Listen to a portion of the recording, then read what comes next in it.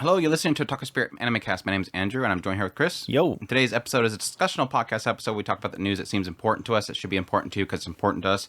Dive into our community, answer some questions from our community members if I can find where we left off, because it's been a while. It's been a while since we've done anything like this. We've been doing first impressions, reviews. Yeah, we went from reviews. I think we went to previews, reviews. No, it would have been a discussional reviews, first impressions, music.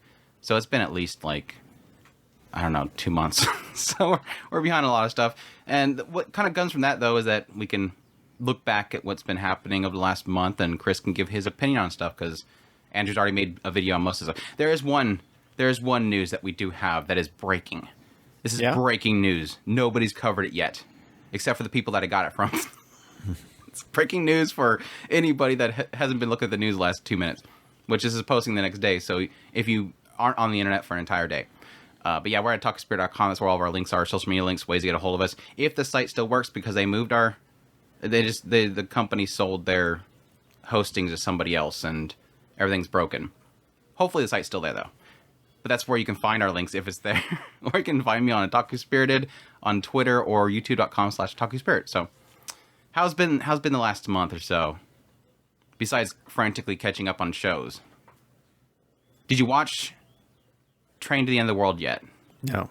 Did you see my video on that recent episode? I've seen a thumbnail, and it did cause it might have caused me a slight urge to go and watch it, but I was more interested in the Angel in the Apartment, so that's what I've been doing the last couple days. I haven't seen the new girl. I've seen pictures, but I have not seen the new girl. No, I love her. I finished off with the introduction of the Angel kid, the Kohai. That is I've gotten through Yukiona. The girl that literally caused Chris to start watching the show because it's voiced by Tama. Same Seiyu, so suddenly, I suddenly have interest in this show. Yeah, you're gonna love. She's an absolute fantastic. Kind of subverting the expectations, because you go through it and you're expecting one thing, and then you're like, okay, I could go with that, and then it re-subverts the subversion. So she was actually a fantastic character. It subverts your subverted expectations. Yes. You mean? Uh-huh. Is there like a double negative so that it? Yes, it is, and it actually worked. It works the same way. No, that was funny, because that's literally like fuels what we originally like focused on with the Otaku Spirit, the podcast, is like that whole idea of like bringing those oddities that nobody's paying attention to their eyes. Just, hey, these are the hidden gems, check these out. And then somebody goes, oh, that sounds really cool, I'm glad you told me about it. That video that I did it wasn't even just the video, it was just posting a clip of like the segment where she's in when she first came out and everybody was a zombie. And it was like, I posted a video of that, and literally it just goes crazy viral, and everybody's like, what is this? What is this? I make a video, and I replied to that one and put that out there, and then suddenly everybody's like, I didn't even know the show existed, now I'm watching it. It's like literally just the lolly vampire queen sells hundreds of people on a show. I'm like, I'm glad I could bring you guys to the world of Train to the End of the World. The world of the zombie, I'm sorry, not Train to the End of the World, the Ponzu Zombie Legion.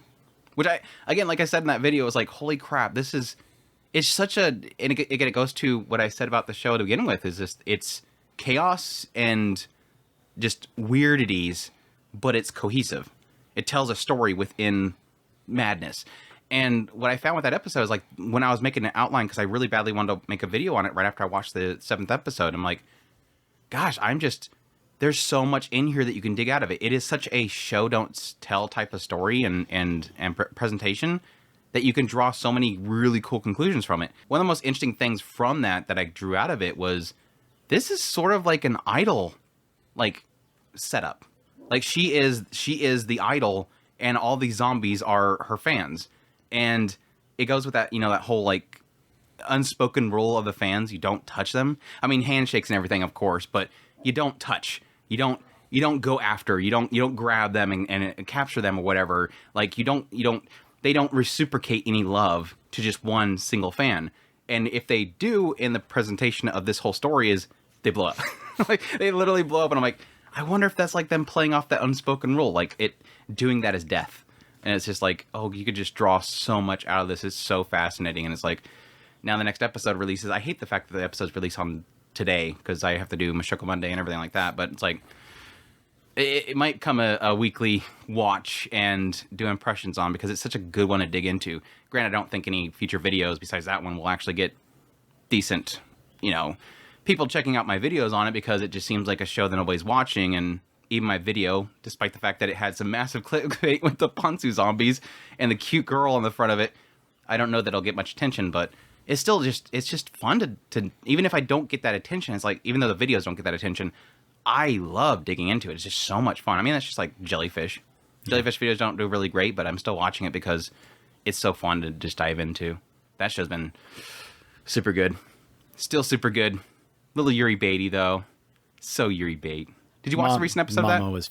Mama was fantastic. Loved the her. The Idol? Idol Mama, yeah. Did you watch the next one? I was wondering if you're talking about that mom. There's two moms. That would have been on Mother's Day, just before Mother's Day, huh? I mean, Japan, it would be Mother's Day, but the last thing I think I saw was a confrontation against the daughter and the bullies. The whole, the motorcycle training. Kiwi's doing the motorcycle training. Then no, I did not. Yeah, okay, yeah. Never mind. I'll keep my mouth shut then. Because when you said mom, I'm like, I think it's the mom, but everybody else is like, no, I don't think it is because her face doesn't look the same. Like, she literally said, this is all fake. I'm like, I totally think that's the mom. We'll see, though. It depends on like I was mentioning, it could be a burn mark or it could be a tattoo removal that the girl has that she seemed to have noticed. And like, yeah, it's cool. Funny. I don't know if you noticed that I'm slowly catching up on a lot of these shows because I'm dedicating some time to each one of them as I'm still trying to keep up on all the other shows. But first impressions are done. Time to actually get caught up. Yeah, but that's what I was saying. He's like, I'm literally not going to watch anything until we get done with those, and then I don't have to worry about talking. And then everybody in the comments is going to yell about how Andrew. See, you're trying to sabotage me, trying to get people to yell at me for talking too much. No, it's like I said, I won't have as much pressure to catch up on certain ones, and I'll be able to kind of start just peppering in shows while I'm keeping up on the shows that I've already got. I still have right now. I'm still like in a lot of the shows. I'm still like 2 weeks behind. So whenever those pop up, I'll catch up on those two shows and then watch the current show. And then in between, when I have an actual open day, I'll just catch up on an old show. So that's like I said, Studio Apartment. I got. What were we just talking about? Dang it. Train? No, Train will come. I will get Train. Train will come. Train is coming. The other one that I just watched. I do need to get... Jellyfish, yeah. I do need to get Dedede Live watched at some point. I do need to get... Huh? That got weird. Dedede Live got weird? Yeah. Probably. Like... I think I mentioned during the first impression the whole like preggering thing is like, well, okay, let's do this. All right, whatever. They got pregger. It's kind of in a frustrating moment where it's doing that kind of trope where it's like it's taking turns, doing different things with each of the characters, which I don't go into full details because then it would be spoiling things. But it's like the last episode I watched, it was like, okay, yeah, just get through them all. I know what they're doing, so it's like it's that whole trope. So it's kind of frustrating. I'm not going to get emotionally involved, even though it seems like you want me to, because I know what you're doing. So it's like, just get done with at this point. So it's a little frustrating. The only thing I know of is that they were planning on revealing the sister, the crazy sister on the thing as one of them, but I didn't. I haven't seen it, so I don't know if that's the direction that they actually went. No, I'm talking about something else. But I want to elaborate.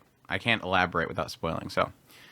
Yeah, it's a crazy season. What frustrates me is like I'm still behind on Tsukimichi. I'm still behind on Urusei Yatsura. Yeah. And now our first news here, like I said, the breaking news thing is Crunchyroll is going to release Dead Demons Dedede Destruction in episodic format because they did the two-part movie films thing, and now Crunchyroll is going to release it in. I think Variety reports it as 18 episodes, but they're going to break it up into episodes that are going to release weekly. So now I got this to have to worry about. At least they're not going to do like a full dump, like here's the film. So it's going to be episodic release. So at least it's not like a huge investment. I can just do it on a weekly basis, but now I got to add that to my list of things to watch. Mm-hmm. That's a cool thing though, because that I think that's Thursday, but it's going to release at night. They're releasing at 8 p.m. Pacific time. So I guess it's something I can cover on Fridays. I don't know. I have Slam already on Fridays, so I'm excited for that though. I'm actually really intrigued by. I haven't looked anything, and I'm gonna go like I just seen like some of the trailer and some of the art, and I'm like, this sounds like this could be like super weird and interesting. So it might be something I'll actually enjoy covering. But yeah, I do have an update though. Remember, I was pretty negative on Fable. The Fable. It's the hitman that is told not to kill anymore, and his hardest job is to not kill. Gotcha. I'm liking it now. I heard a lot of people commented, and I appreciate that. A lot of people commented saying it's not a comedy. And I'm like, that's weird because it seems like it's going for punchlines every 2 seconds. And so I not that I was like expecting it to be a comedy. I just figured it was a comedy that I was or not. I figured that it was a comedy. I wasn't getting the jokes, or at least the jokes weren't working for me. But when I just watched it, just like I kept watching, I'm like, just keep watching it. The girl is crazy. The girl is so crazy. Like the beginning of it, she's just like his partner, and so she's like doing all the odd things that he wants. Like when they sit down with the boss, he literally hands over his fish that he fried on the cook fire or the campfire and hand it over to her. He's like, blow on it, it's too hot. And so she's sitting there going and hands it back over. She seems like she's like being dragged along, and she's trying to stop him from killing people. And at some point, she gets taken out on a date with this guy. Like she just decides to just go along with it, whatever. He's part of this group that's helping us out. So she goes out with this guy. And this is like just some random henchman that they told to take her out on a date to get him separated. And they get to the bar and he starts drinking. And then suddenly he's drunk. And suddenly she's like, oh, he's so cute because he's drunk. Like she's just got a twisted personality. So she just likes the idea that he's drunk. She doesn't care for the guy. Doesn't like him. Doesn't think he's hot or anything like that. He's a lackey. He has no money. Took her out on like some cheap date. But yeah, just the fact that he's drunk, suddenly she just wants to mess with him. So she immediately orders a taxi. They go back to her place. They get to the kitchen and he falls on the ground. And then she proceeds to stick chairs on top of him and tables between her and him and calling for him to come to her just to get him to stumble over the furniture. Like he's got a chair over his head and he's trying to get up and he's hitting his head on the chair and she's just laughing and going, come here, come here, come here. And then suddenly she just takes off her clothes just to make him like more desire to get to her. And she's like, come here, come here. It's like, this girl's crazy. Like just because she just has so much fun, I guess, messing with drunk people. She's just found him that entertaining. I was like, wow, that girl's, she's special. She's way special. But no, like just outside of that, just it's interesting because it's like getting into the main guy's head, the Fable, and how he's just trying to have a normal life. This mob group that's helping them out doesn't trust that he's not going to cause troubles there, so he's trying to, I guess, feel him out and see if he'll do something violent. It's just overall, I'm like, okay, this is actually. It's not like I'm super sold on it or anything, but I'm like, wow, that's just a much better impression than I had initially. Where I'm like, if this is a comedy, it's not working. But I mean, even at that. What I watched for my first impressions, even if it wasn't a comedy and I wasn't enjoying it, it's not that I was seeking that out. It was still not working for me because everything else that I didn't think was comedy wasn't really doing anything for me. So it's just better than I originally thought. And just take some time to get moving. I don't know if I'll continue to watch it forever, but I'm at least improving my opinion on it. So we'll see. I don't. Well, it changes the expectation. The category, yeah, the expectation, the categorization, because you're sitting there, you're considering it a comedy, and if the comedy is not actually working, then you're definitely going to not necessarily put it down a notch, but you're not going to take anything seriously either, because you're going to constantly think, is this a punchline? Yeah. Where's the punchline? Well, there's not a punchline because it's actually supposed to be serious. Well, and everything that you... He's weird, and I think that's that's probably why there's an undertone of comedy there. Exactly. It's like what I was getting ready to say is I can see by the way you're describing certain things, it's like I would automatically assume that it was a comedy as well. Yeah. So I mean, it's the guy that can't function as a normal human. Yeah. But no, it was cool because somebody mentioned, or they were mentioning that it was not really a comedy, but it's kind of has that quirkiness because the guy is weird. This Fable guy, he's super weird. But yeah, I was like, I told somebody. Well, you just described. You just described. Under Ninja. Yeah, you just described. Under Ninja, but Under Ninja tries to be funny at times. Like it has punchline moments, but it's that whole idea of just he's just weird. So it's like that. He's just a weird guy that just doesn't fit in society. Well, you just described an entire segment to me of this lady messing with a guy.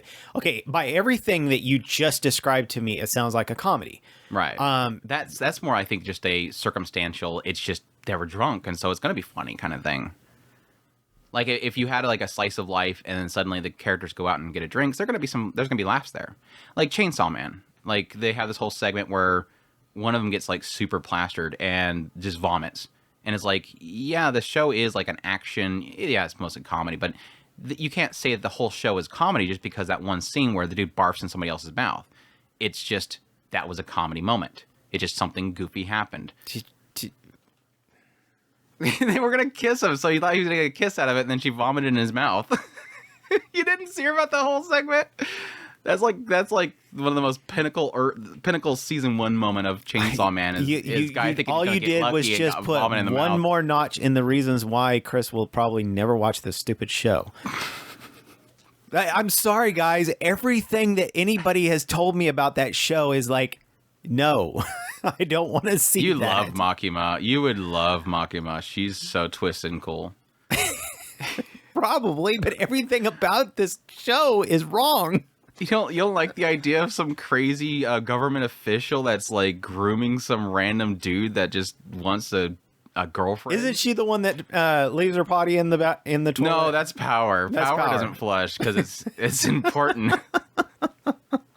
It's so funny now that whenever somebody doesn't flush the toilet, I say, "Did you not Power? Don't act like you're Power. Nobody cares about your poops." You can't just leave it there like it's some kind of prize. Like everybody has to go in the bathroom and go, "Oh goodness, there's another one in there. Thank you. Don't move it." We've had this discussion before. How do we get back here? How do we get back Because here? You brought up another thing that I'll probably never watch that show for. You don't like the idea. It's funny. She doesn't flush because she's Power. No. She's cool. No. Don't be mean to Power. What else? I think that's pretty much everything. Nothing really else. Yeah, Jellyfish has been fantastic. Spice Almost been fantastic. Slime is finally picking up, thankfully. Did you get caught up on that yet? Yeah.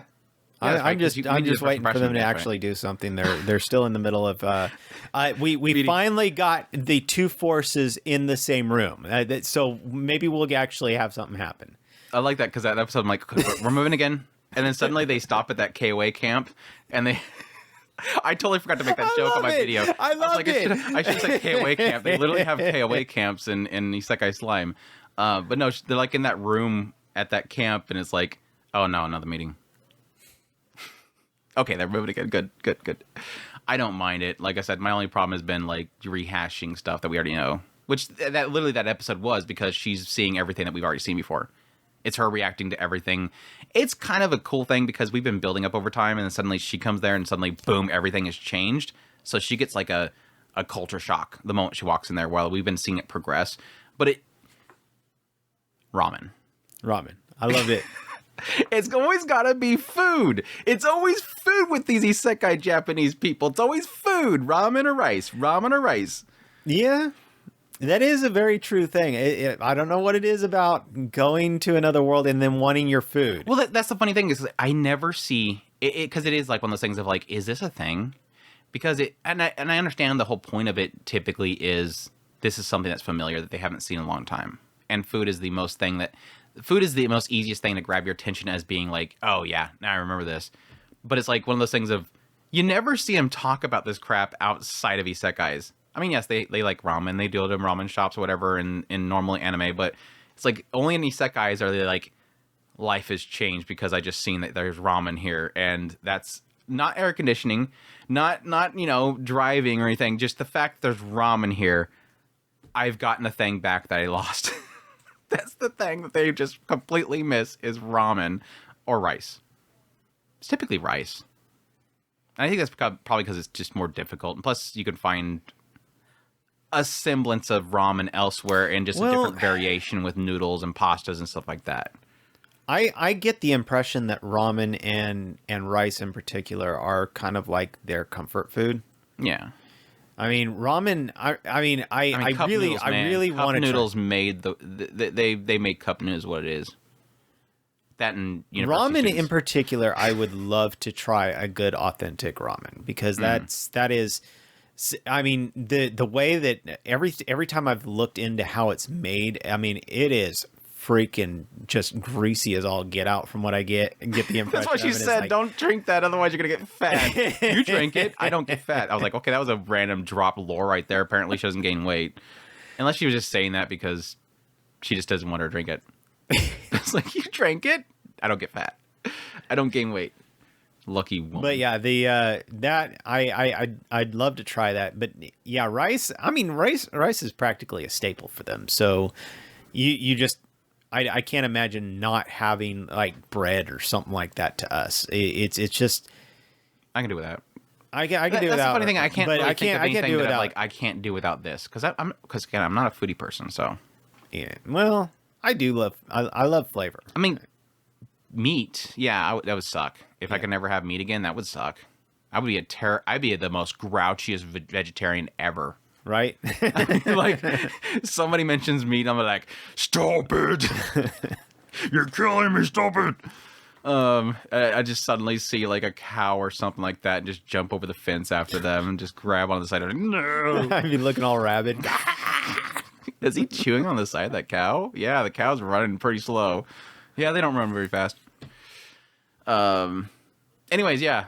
Anything else? I don't know. That was a weird side tangent. Well, we talk about the shows this season. I don't think there's really anything else that's like jumping up at me right now, but it's been a solid season so far. I've been enjoying it. Looking forward to the next season though. Next season's gonna be crazy. Plus, apparently, next season starting with Demons Destructions. That would make sense because, again, Variety says that it's gonna run for 18 episodes. That means that 6 episodes will be in this season. Yeah. And yeah, that would put it in line with these 6 episodes ending with the current core or the current season, and then would probably end at the next season. So we'll probably stick that show into summer. Great, another show for summer, which is probably already up in the 50s already. Did I say it was 50s last time? I think we checked it last time, and it was already in the 50s. No, summer. I know, Andrew, finish the current season before he's talking about the next season. 3, 6, 9, 12, 15, 18, 21, 24, 27, 30, 33, 36, 39, 42, 45. 45 with, wow, 7 continuing. So we're already at 52. Already at 52, and there's a lot of shows that we'll actually announce like a weekend or 2 weeks, usually about 2 weeks before the season starts. That's when we do our preview. So it's for sure getting to 60. It's for sure getting to 60. Ugh. Anyways, that we'll see. We'll see. At least we finally get the Russian girl. God, I'm looking forward to the Russian girl. The Russian girl? Yeah, the girl that she sometimes talks in Russian, and she says things that are like super embarrassing about her liking him, and he knows Russian, so he knows what she's saying. But she doesn't know that he knows that what she's saying, and she's super hot because she's Russian. She's super hot because she's a Russian in an anime. So they make her like super gorgeous. Not to say Russians aren't gorgeous, just saying is she when they're in anime, silver? they're even more Russian. Huh? She blonde or silver hair? Silver. Obviously. No, blondes come from America. That's where all the fairies come from. Japanese girls are scatty. Yeah, Japanese girls. I'm sorry. I was thinking the same thing. I think she was British, isn't she? I don't know. I'm pretty sure she was British. Probably. Yeah, I think so. Anyways, yeah, that's next season though. So, yeah, the news. We should probably, we're 30 minutes in. We're going to finally get to the news. I just kind of put everything in here, so we'll go through it, and anything that's interesting Chris can talk about. But yeah, the one exciting thing that we found out a couple days ago, and I'm sure Chris is going to be upset about this. Mushoku Tensei is getting a collab with a mobile game, Chris. Which one? Brown Dust 2. Remember that one? Having the slightest clue. It's so funny because the only reason I know what Brown Dust 2 is because they had like this recent banner character, which was like this straight up lolly character and like the most like inappropriate pose for her live 2D art. And yeah, that got a lot of controversy. It was funny because they had like actually changed her profile to say age. That's just a number or something like that. I'm like, holy crap, you guys. I have to admit the dev's bold. The dev's super bold. But yeah, it's getting Edison and Roxy characters. They might do other characters later, but they said those two characters. So, and there's some spicy art for them. Very, very spicy art for them. I'm super excited for it. So yes, I unfortunately downloaded Brown Dust 2. And I'm currently playing through it so I can build up a bunch of gems so they can roll for at least Roxy. I did the same for Seven Deadly Sins. When Seven Deadly Sins had Mushoku Tensei for it, I downloaded it, played it, tried to get Roxy, failed, and then I deleted it. But I might keep playing Brown Dust because the art style is really good. The art style it's when you're in the game and moving around, it's a turn-based tactical game. It's not grid-based, but your placement and the battle sides is like a grid where you can be at the front line or the back line, whatever kind of thing. It's turn-based. But it's got, like, moving around looks like Octopath Traveler, that style. But the characters' art themselves in the live 2D looks something like Grand Blue Fantasy, which I love Grand Blue Fantasy's art style. So I'm guessing maybe some people involved with that, maybe the same artist or something like that. I don't know, but I'm liking it. It's been fun. So I might keep playing it if the characters turn out to be good, and the grind isn't not that bad. So I just haven't, honestly, I'd seen the art before and I wanted to play it, but I never did because I didn't hear people talking about Brown Dust 2. And typically when nobody's talking about Brown Dust 2, that means, or a game, it means that it's probably not going to last very long. So I didn't want to get invested. But it seems like it's doing pretty good with revenue, but I'm excited for that. Like I said, you get, just by logging in the game, you get bingo cards, whatever, and dice to get the characters for free. So you don't even have to roll the gacha to get Edis and Roxy. Now, the game's skills are tied into costumes, and both of them will have a costume that you can get, which is the risky art. That's the one where Roxy's in like this, it's almost like a bunny outfit, but then she's got like these little bat wings, and then Edis is in like a bunny outfit and with bunny ears, or no, cat ears. So, yeah, they're some good art. Did you find it? I was looking at it, but yeah. Yeah, it's super spicy.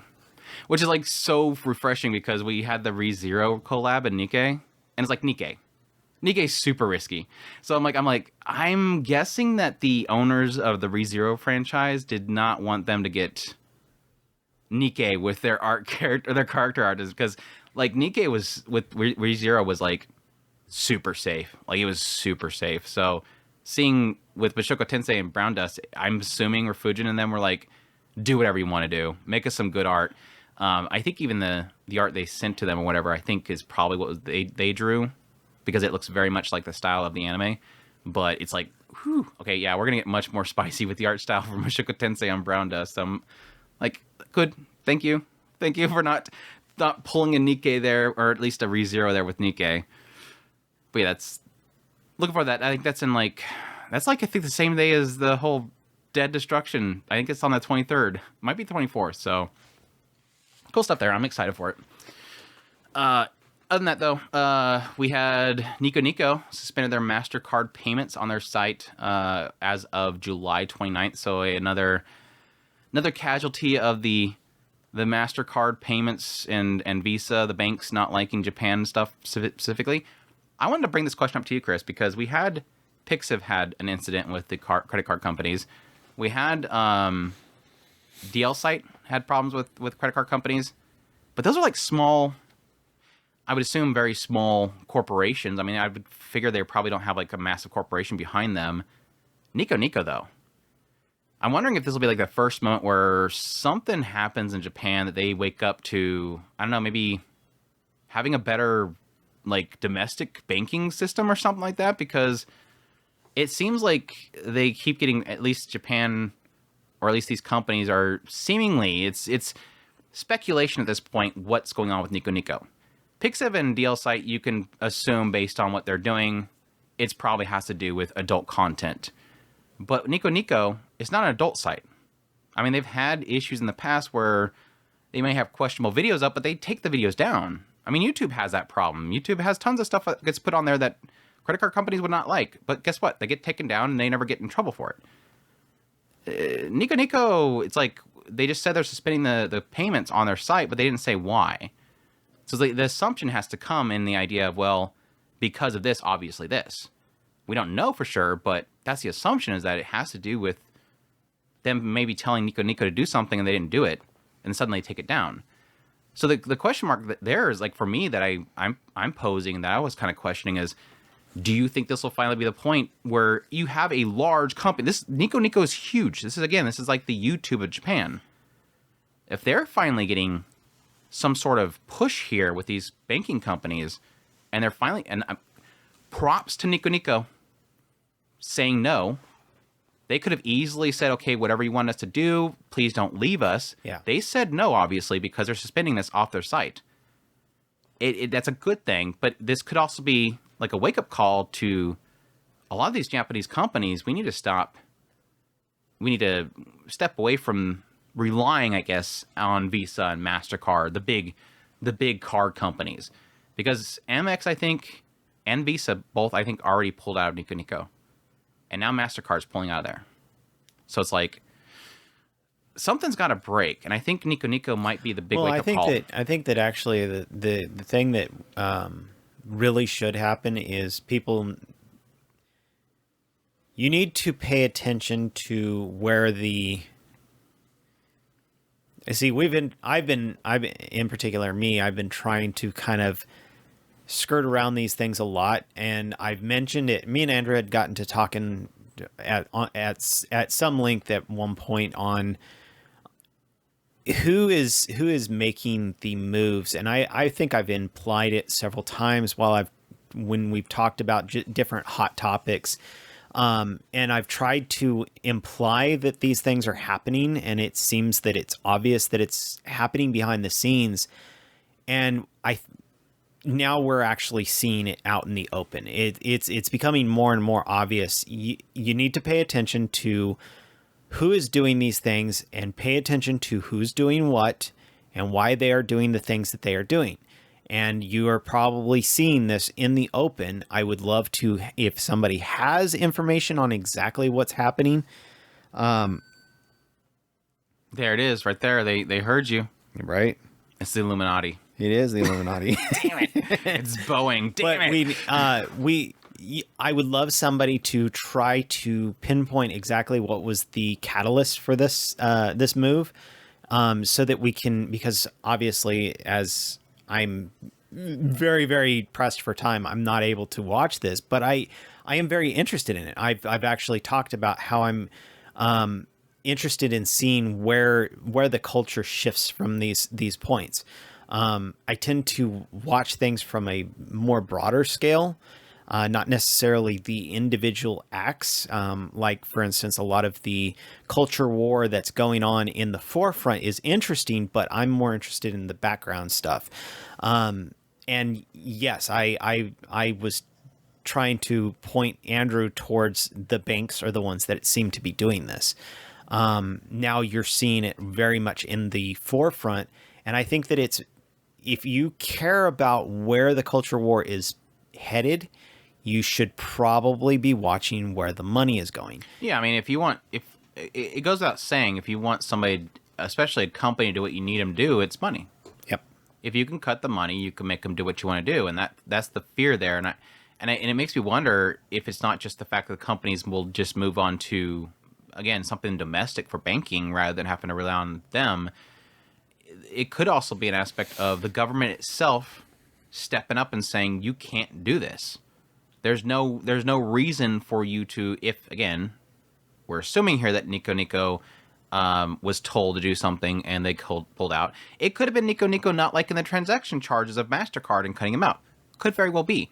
But the assumption here, again, based on history and what's been happening around that stuff, is it's probably MasterCard wanting them to do something they didn't want to do. And they weren't playing ball. And that could be a very much a case that the Japanese government needs to step in and go, what are you guys doing here? Are you overreaching what you're supposed to be doing? Mm-hmm. Now, somebody did point out to me that apparently, I think it was MasterCard, they got caught in that lawsuit with the Hub, that website that has the Hub at the end of it. Gotcha. And they could be trying to police where they have their payment options because of that, because they're being held liable. So they don't want to be on a site that has adult content that they could be liable for. But why would that stop them from being on DL's site in Pixiv when even the United States have laws that protects art that does not depict real human beings? And what does it have to do with NicoNico? NicoNico is not an adult site. And I bet you right now, if I pulled up a random site that has that first part of the Hub name elsewhere, I'm probably going to find MasterCard all over the place. Now, granted, they could be using a third-party processing platform, but that's still the point, is that it's on the site. What is the difference here? I don't think it's because of that lawsuit, and I don't think that lawsuit's really going to go anywhere, to be honest. But I don't think that's the reason, because this has been going on. Because I think that lawsuit was like in 2022. This has been going on for a while, so I don't know. I mean, it's a good argument, but I think there's something else going on here. And like I said, it's a nice thing that it's happening. It's not a nice thing that's happening in Japan, but it's nice to see it happening there, just for the sake of, I can see them being the ones that say, like NicoNico is saying, Birdie, kick rocks. I don't care. Go on. We don't care. We'll find other methods of you doing it. It sucks for a lot of overseas people, because like here, can you even get a credit card that's not Visa, MasterCard, or whatever? It's going to be very difficult. There, at least they have like prepaid cards and stuff like that. As far as I know, there's only four major cards. So you would be knocking at least 3 of them out by that. So that would mean only one. And that is at least Western orientated. I don't know what kind of processing. Yeah, I'm kind of curious what they have available over there. I mean, they even list on the site, I think, a lot of people went in response to this, Japanese users, a lot of them were responding to, I think it was JCB. It was like a Japanese bank or something like that. They want them to utilize or whatever. It's like, that makes sense to me. Just go domestic. Yep. Just stop dealing with it. Yes, it's going to impact them a lot probably, but NicoNico, I think the last traffic I looked at, it was like 98% plus was Japan, their traffic. It's like they're not gonna, as much as there's a lot of people out there that are VTuber watchers that like to watch the NicoNico streams that are premier whatever version exclusive live streams with the VTubers, you're very little in their market, sadly. Now, it might be a large market for the VTubers, and that sucks, but again, maybe somebody will figure out some way of getting around it. Maybe a third, they're gonna have like somebody who there's probably somebody in the VTuber community that's in Japan that's like, all right, time for me to set up shop and start selling these English and overseas fans some of these prepaid cards, and I'm gonna make a fortune off of this stuff. Sell it for, twice its price or something like that. Just make a fortune. Somebody out there is scheming it and probably is already on it, because again, that's gonna be happening in 9 days. So sorry, VTuber fans. That's at least NicoNico VTuber fans. But yeah, we'll see where that goes. I'm hoping that I'm hoping this stirs something up. I kind of just feel like there needs to be a stirring. And that sucks, because that's NicoNico, which is a big supplier of anime now. They're massive with anime now. We'll see though. I'm just going to jump into another controversy. You see that TV Trops dropped Gushing over Magical Girls? I've seen your video on it, yeah. Yeah, that's like that's right. There's that site. I know there's like some people like that do like TV Tropes as a website, but I'm like, God, I totally forgot that. I think it's like one of those sites where every now and then I'm like, I look up something like a meme or something like that about a show, and then suddenly TV Tropes pops up, and I'm like, oh yeah, you exist, huh? I'm just not a big, like, I guess I'm not, I mean, yes, I think originally was mostly Western films. I didn't even know it had anime on it until this. I think I knew it had anime on it at some point, but it's like it reminded me that because I thought it was mostly Western films. I bumped into it once or twice, mostly because it was. I was looking up something, and then it would pop up TV tropes, and it's like, okay, well, what do you have to do? What are you going to tell me? And I went into it. And what do you want? What do you want? It was the most Western take on Japanese kind of tropes ever, and it was like, you are. Yeah, the other day I ran absurd.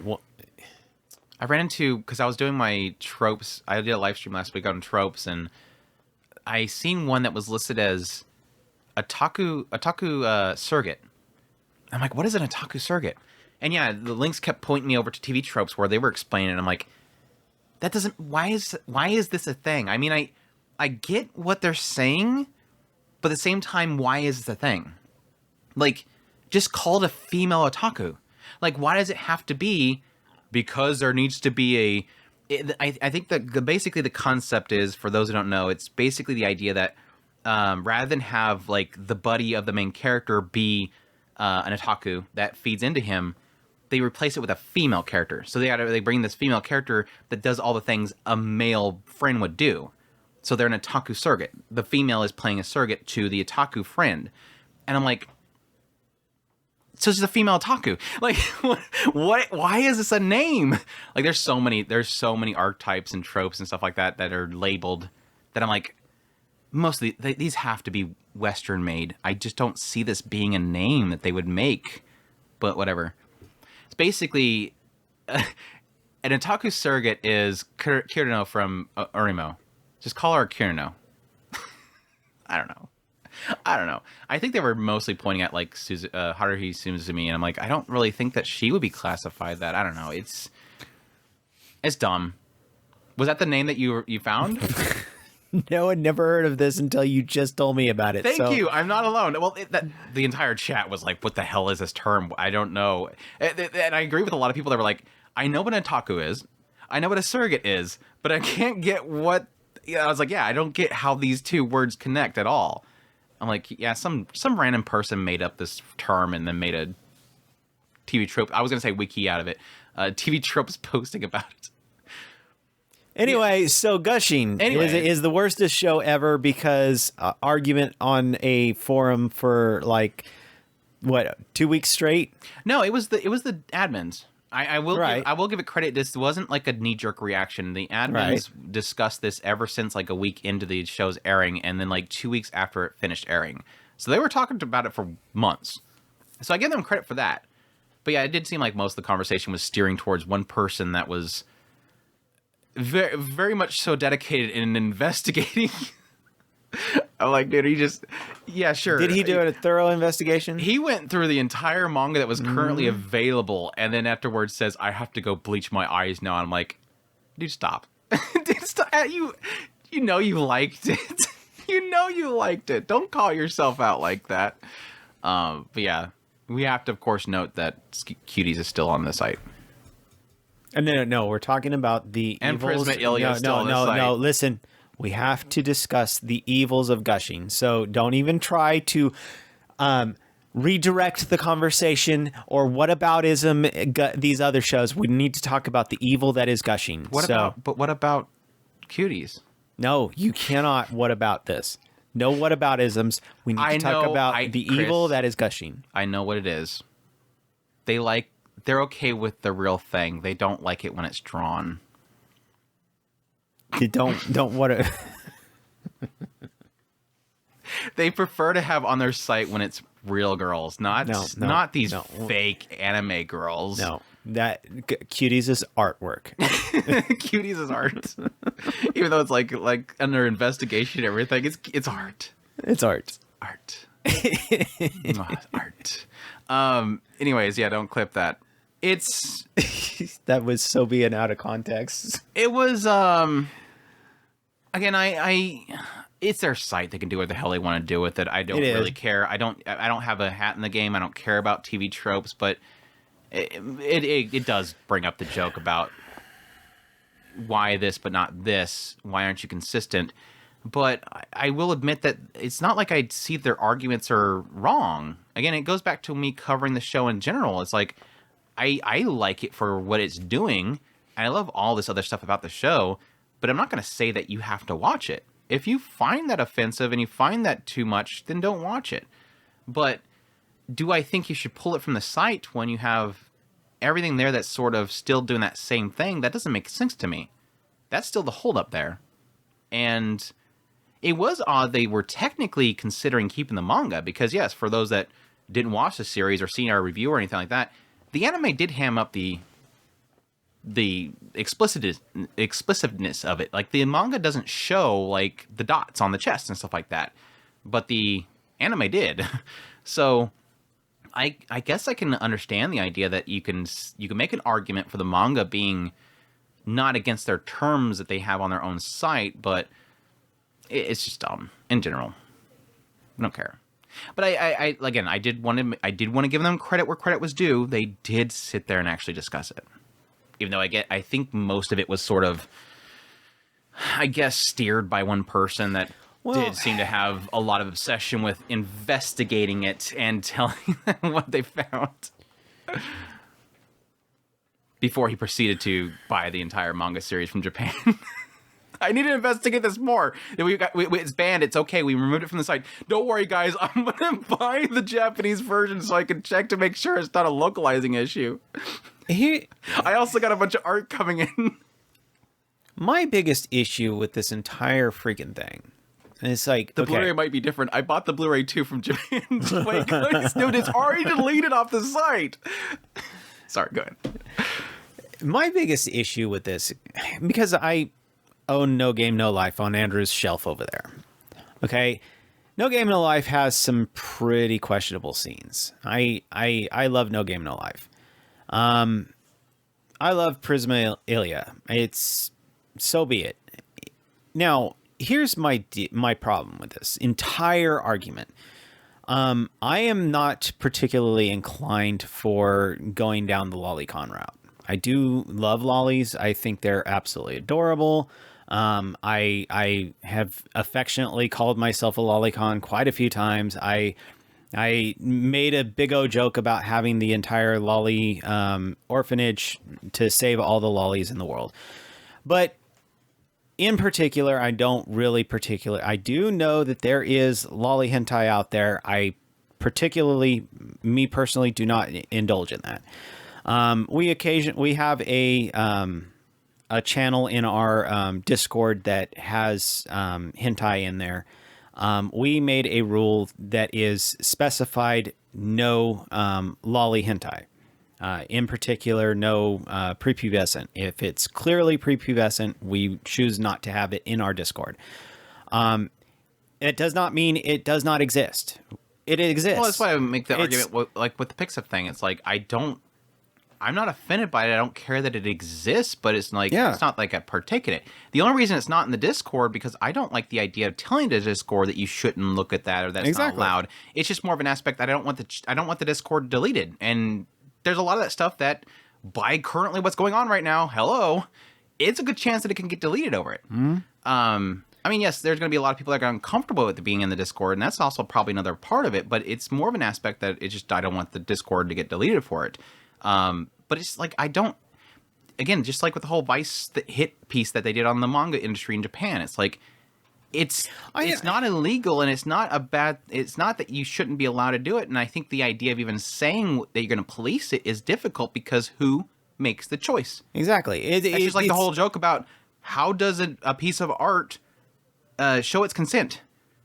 You're not allowed to have art on there with characters that are doing things beyond their consent. How do you get the consent from your drawing? Exactly. Do you draw it first, and then you put a piece of paper next to it and hope it picks the pin up? It's one of those. How do you even? Because immediately the argument is, okay, well, you're immediately against it. Well, no, not necessarily. I don't have a problem with it. Do you? But at the same time, I personally will not go down that road. It's a choice of mine. It doesn't mean that you can't do whatever it is. I mean, it's a freaking artwork for all I care.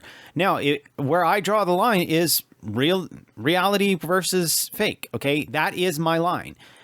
But at the same time, it's one of those. Why do you automatically get painted as such when it's not?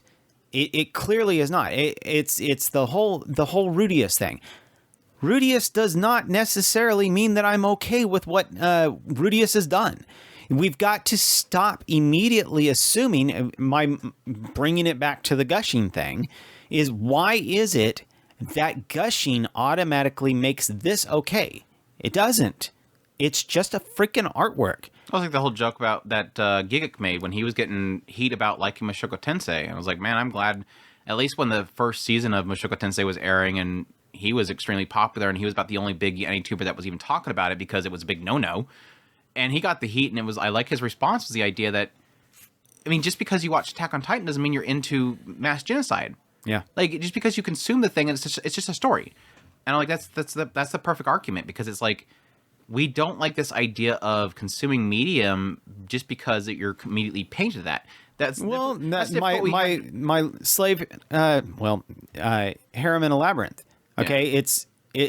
I don't automatically just jump on board with pure slavery just because of that. I'm not supposed to say that word. I'm sorry. I think they're more lenient now. I think you can't say it early on, but if it does get flagged, I'll blame you.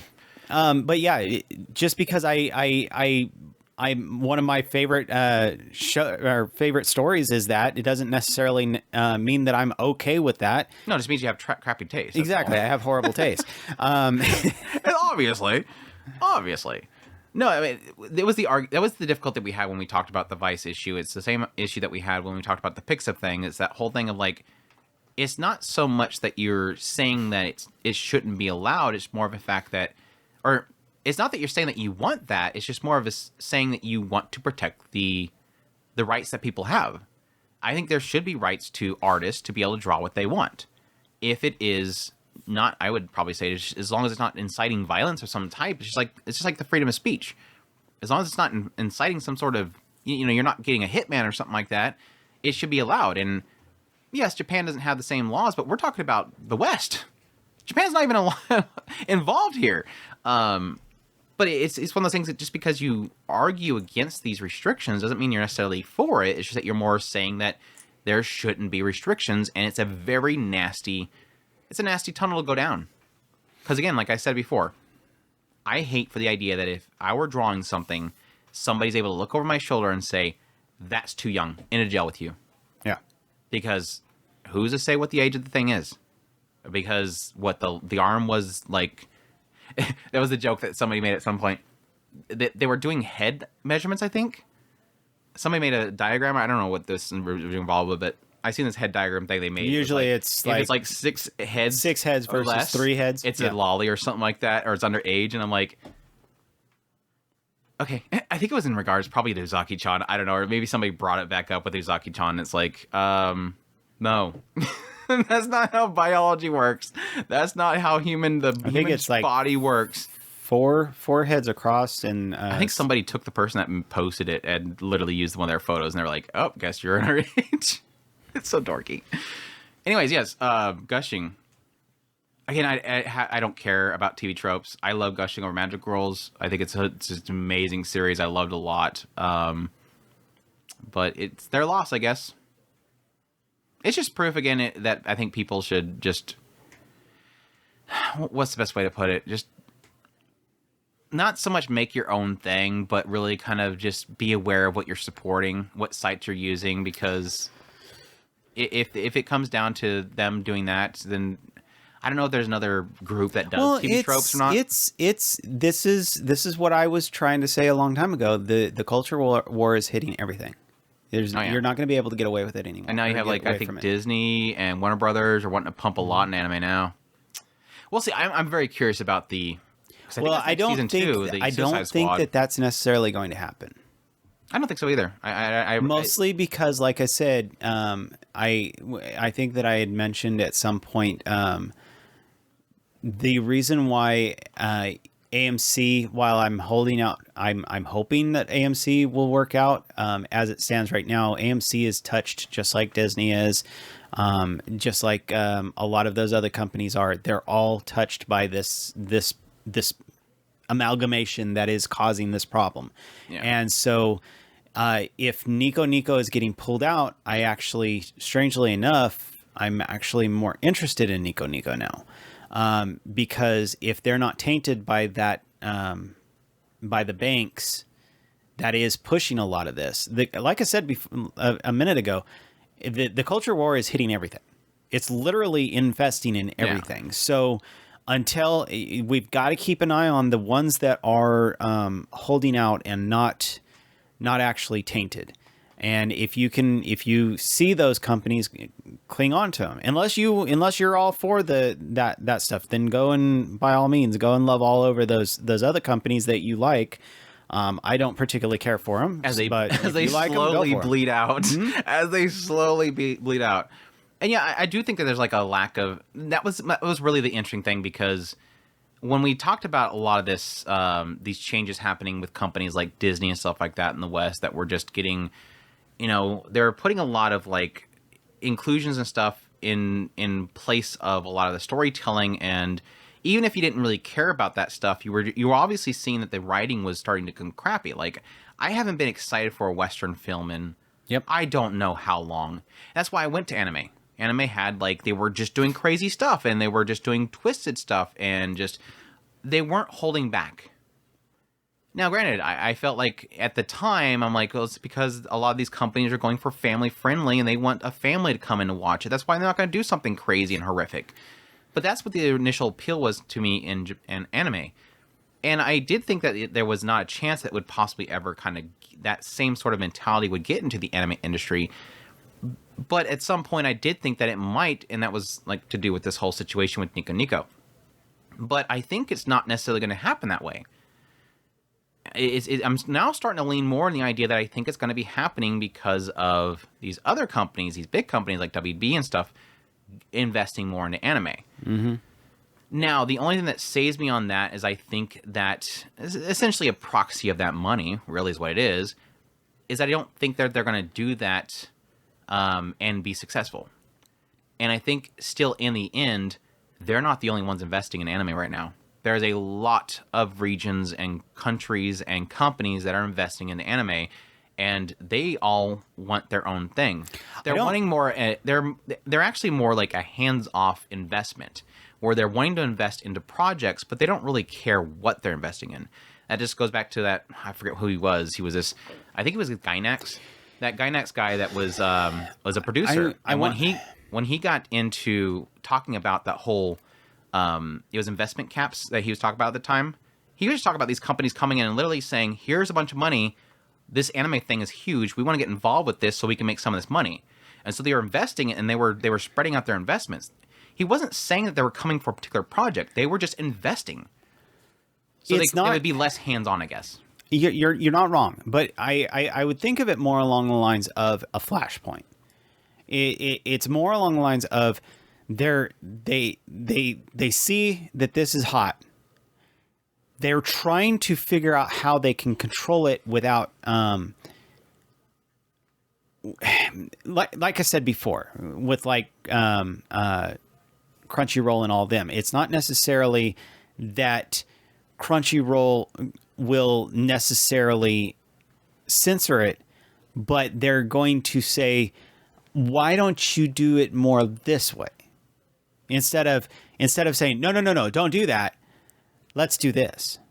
Yeah, I think because there's so much proxy there, they can't really. That's the great thing. It's like say for instance, if Crunchyroll were to invest in an anime, which they've done plenty of. Now, say they go, okay, well, we're part of the production committee. Hey guys, let's change the race of the main character. Now, that goes to the production committee. The production committee goes, okay, well, they're the producers of the original project. Let's contact them. And then they have to contact the original publishers. And they have to contact the ownership, which is the publishers, and find out if they can get an okay on that. And they're probably not going to be okay with it because it changes their product. And there's also probably going to be an aspect there that they just can't because it won't work in the story itself, or at least it'll upset their fandom. There's so many things there that they eventually get kicked back. So I think there is a nicety there of there being so many. There's a nicety to having too many hands in the pot, basically. Mm-hmm. And unless it's a full 100% investment, which is very rare, let's be honest. I mean, the whole thing with Chainsaw Man was an oddity there. Unless you're something big like Shueisha or something like that, you're not really going to be doing that yourself. Or at least you're QAning and you're doing your own projects with your own published stuff. There's a lot of hands in the pot, and that makes it very difficult for stuff like that to happen. And that's kind of one of my hopes, is that, like I said before, I think that it'll be interesting to see where, because like I said before, Hollywood is pretty much on its last dying breaths. Yeah. It'll be interesting to see where the entertainment capital shifts to. And I am one that actually believes that Japan will probably be one of them. It's Bollywood. You think it's going to be... Bollywood's doing some crazy stuff, man. I don't know if it's still doing it. I just have seen... I've seen the stuff coming out of it a while back, and it was just like, holy crap, these guys are... They're definitely going to be the next Hollywood at the time. No, yeah, for sure. Animation. I mean, it's huge. It's bigger and bigger. I do actually think it's literally one of the only few like up and coming industries that is rapidly growing. Mm-hmm.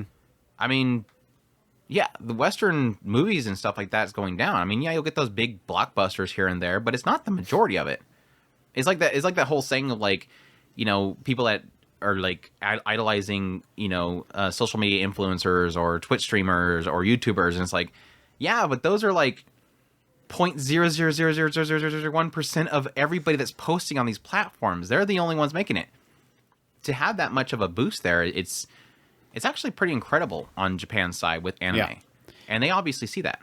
I mean, I would be more apt to because I would really like to see the K-drama, J-drama, a lot of those kind of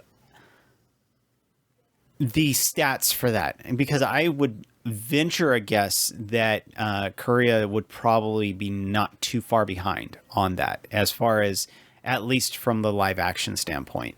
It'll be very interesting because a lot of people are saying, okay, France will probably pick up the live action side. I would really question that. I really would. But either way, my point is bringing that up is that I think that it's interesting to see when I say it's a flashpoint. There's definitely money that's getting ready to flow into Japan. The question is will Japan have a strong enough of a backbone to push back against the influences? And this is one of the things that I was really frustrated when we first started Otaku Spirit, and I kept going on and on and on about how, because at the time I didn't understand quite what it was that was happening. All I seen was constantly people bashing and bashing and bashing. Oh, well, Japan is doing this, is all this backward thinking and all that. And it was, to me, it seemed like, why are we going to Japan for a change, getting away from the Western taste and going into the Japanese taste, and then expecting them to adopt our taste? That doesn't make any sense to me. That is completely flippantly backwards. Or like with the Vice Lady, you go there and tell them to change your laws when our laws are pretty much the same as theirs when it comes to art. It's like the most dumb thing I've ever actually seen. I'm like, girl, that our laws protect that art too.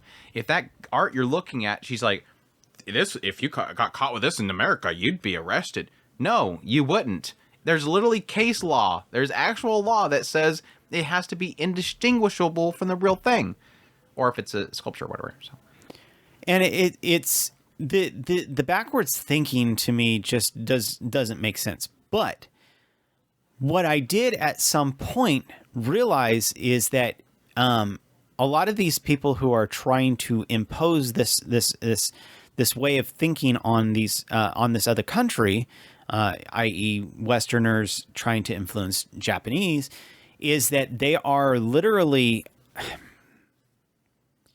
they have a moral code that they feel that they have to impose on this.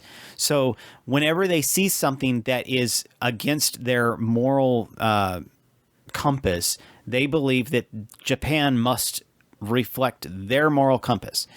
And so they cannot have it be any way but the sanitized version that is morally accepted in the West. Well, that's why for the longest time we just would keep saying, well, stop watching it. If it offends you, stop watching it. Don't be gatekeeping. Yeah, don't be gatekeeping, Chris. So now it's more along the lines of, I am just basically trying to let everybody know this is what's happening. Either you accept it and let them all destroy the medium that you love, because that's what will happen. It will keep getting sanitized, like the gushing. Well, I mean, all this. You know what the odd thing, with this sort of sad thing about the whole situation is, that's why I press so much on people focusing their attention properly. Mm-hmm. It's like every single time something comes up and it looks censored, and everybody immediately goes, "It's Crunchyroll," and it's like, do you know that? Because it's not. Like with Onimai, prime example. Crunchyroll censored Onimai. No, they didn't. The studio did. The studio literally made a global version because they were trying to go by what their team was saying would be standards for a global release. And it could be very well not the United States that was the big problem they were going to run into. That's just like the manji symbol. They're obviously going to want to, have Tokyo Revengers available to possibly stream in Germany. And that's not allowed there. Even though I wonder if they have Bleach there. Mm-hmm. There is these things that they're doing, and it's not always going to be the answer is Crunchyroll.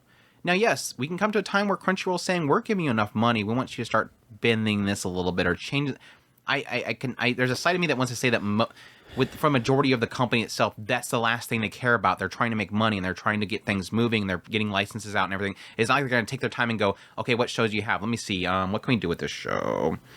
Can we change this? Can we change this? Because they're going to go, okay, that's going to take a lot of process. Do you really want to go down that rabbit hole? No, just give me the damn title. My whole point, that whole statement is focusing your attention. Look at the production committee. That's the people making the decision. If a show is censored and it's coming from the studios censored, look at the production committee. They're the ones that make that final decision. Because why? They're the ones that are making the show. They're the ones that are putting their money there to make it happen. Crunchyroll is not putting their money in there to make it happen unless they're on that production committee. Otherwise, all they're doing is licensing the finished product. So my whole point there was that stop making... It's not... Because when you make your reaction to censorship to immediately go to the streaming platform that licensed it for release in certain regions, what you're doing is you're not going to change anything, because all you're doing is yelling at somebody that goes, we didn't do anything, so I guess we don't respond to that. If you go to who actually is doing it, that's where you solve the problem. And again, with a anime, it's going to be from the production committee. It's going to be from the actual people producing it, because they make the calls. You're not wrong. The problem is I that know I'm not wrong. My consideration was more along the lines of,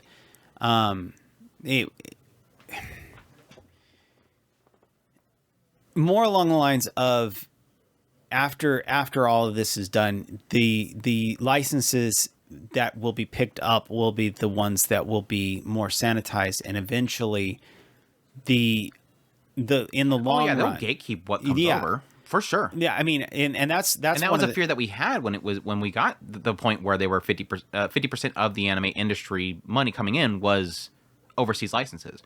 That was a fear that we had. Eventually, they're going to be so much strength is they're going to be able to go, yeah, we don't want that one because it's going to be too much.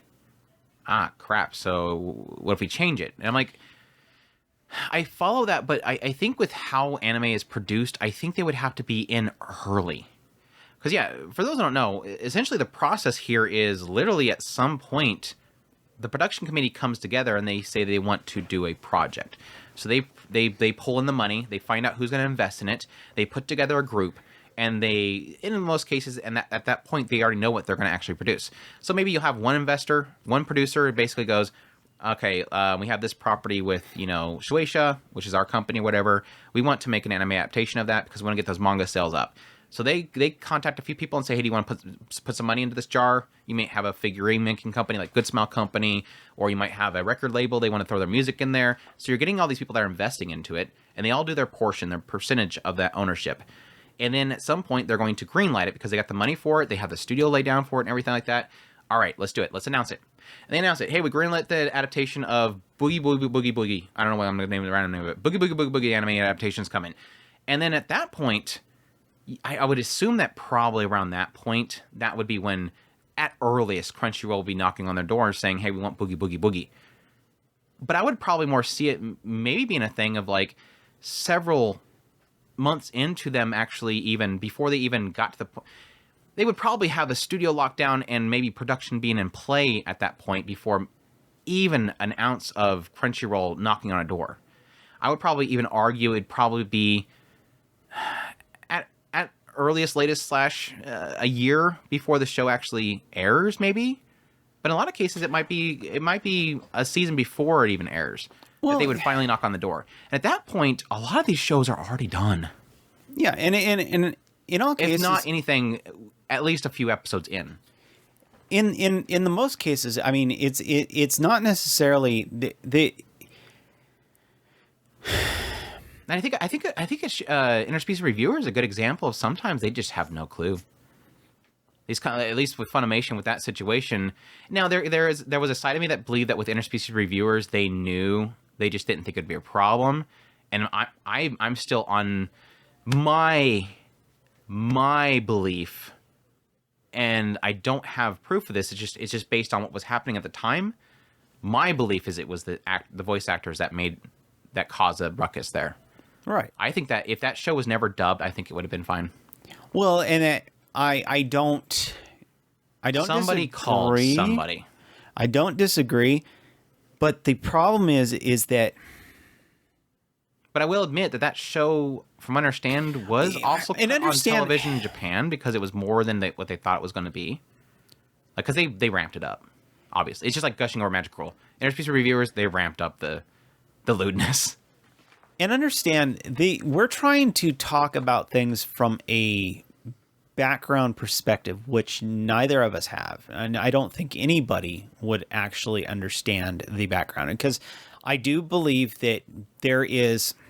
Well, anime is in a weird position where it's got so many different people with their hands in the jar that it's not really a specific industry. And that you're talking right. About localization, you're the... talking about servers, you're talking about licensing, you're talking about production, you're talking about studios, your producers, the anime industry, Japan industry, culture.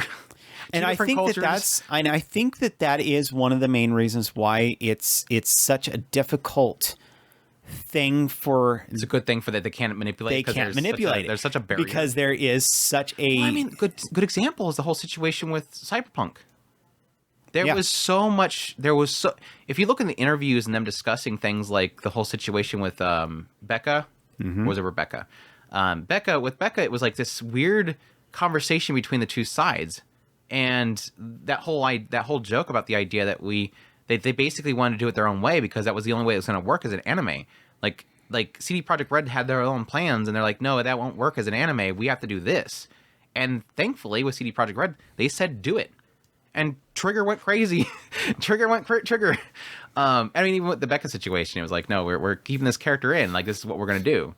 And it turned out great. And I think that back and forth that they had ultimately came down to them almost in a sense saying, this communication is probably not working. Just go ahead and do it.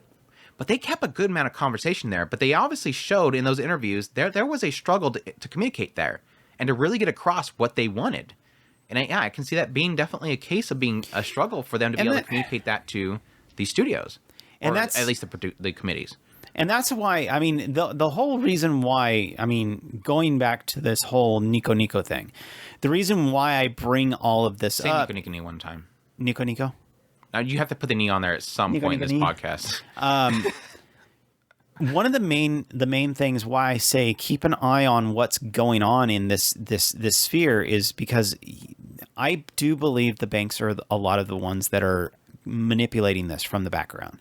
I don't know how much power they're actually influencing per se, but What I will say is I believe that there is, and you can say this is a Chris conspiracy all you want. Yes, I do believe it's a conspiracy in a way. But I do think it is grounded, and I wish I could like point at it and say this is what I'm talking about. The way I'm seeing this happening is there is, like I said, there's people that they have this moral dilemma. When they see something that bothers them, they feel like they have to correct this wrong that is in the world, whatever it be. If you believe that with them, so be it. If you don't believe with them, then understand what I'm trying to say. They believe they have this moral authority that they have to enforce and sanitize the entire world from all the evils. They have some kind of now this is where the conspiracy is, okay? They have some kind of a hotline to these damn banks. And if they believe that something is wrong and they need to correct it, they can call these damn banks and make the banks do this. And the banks jump in and say, we will take away your ability to have any money if you do not do what we tell you to do. That's where your conspiracy is. How this works, I don't freaking know. I don't understand it. I don't get it. I just know that it's obvious at this point. A lot of people point at things like BlackRock and DEI. Yes.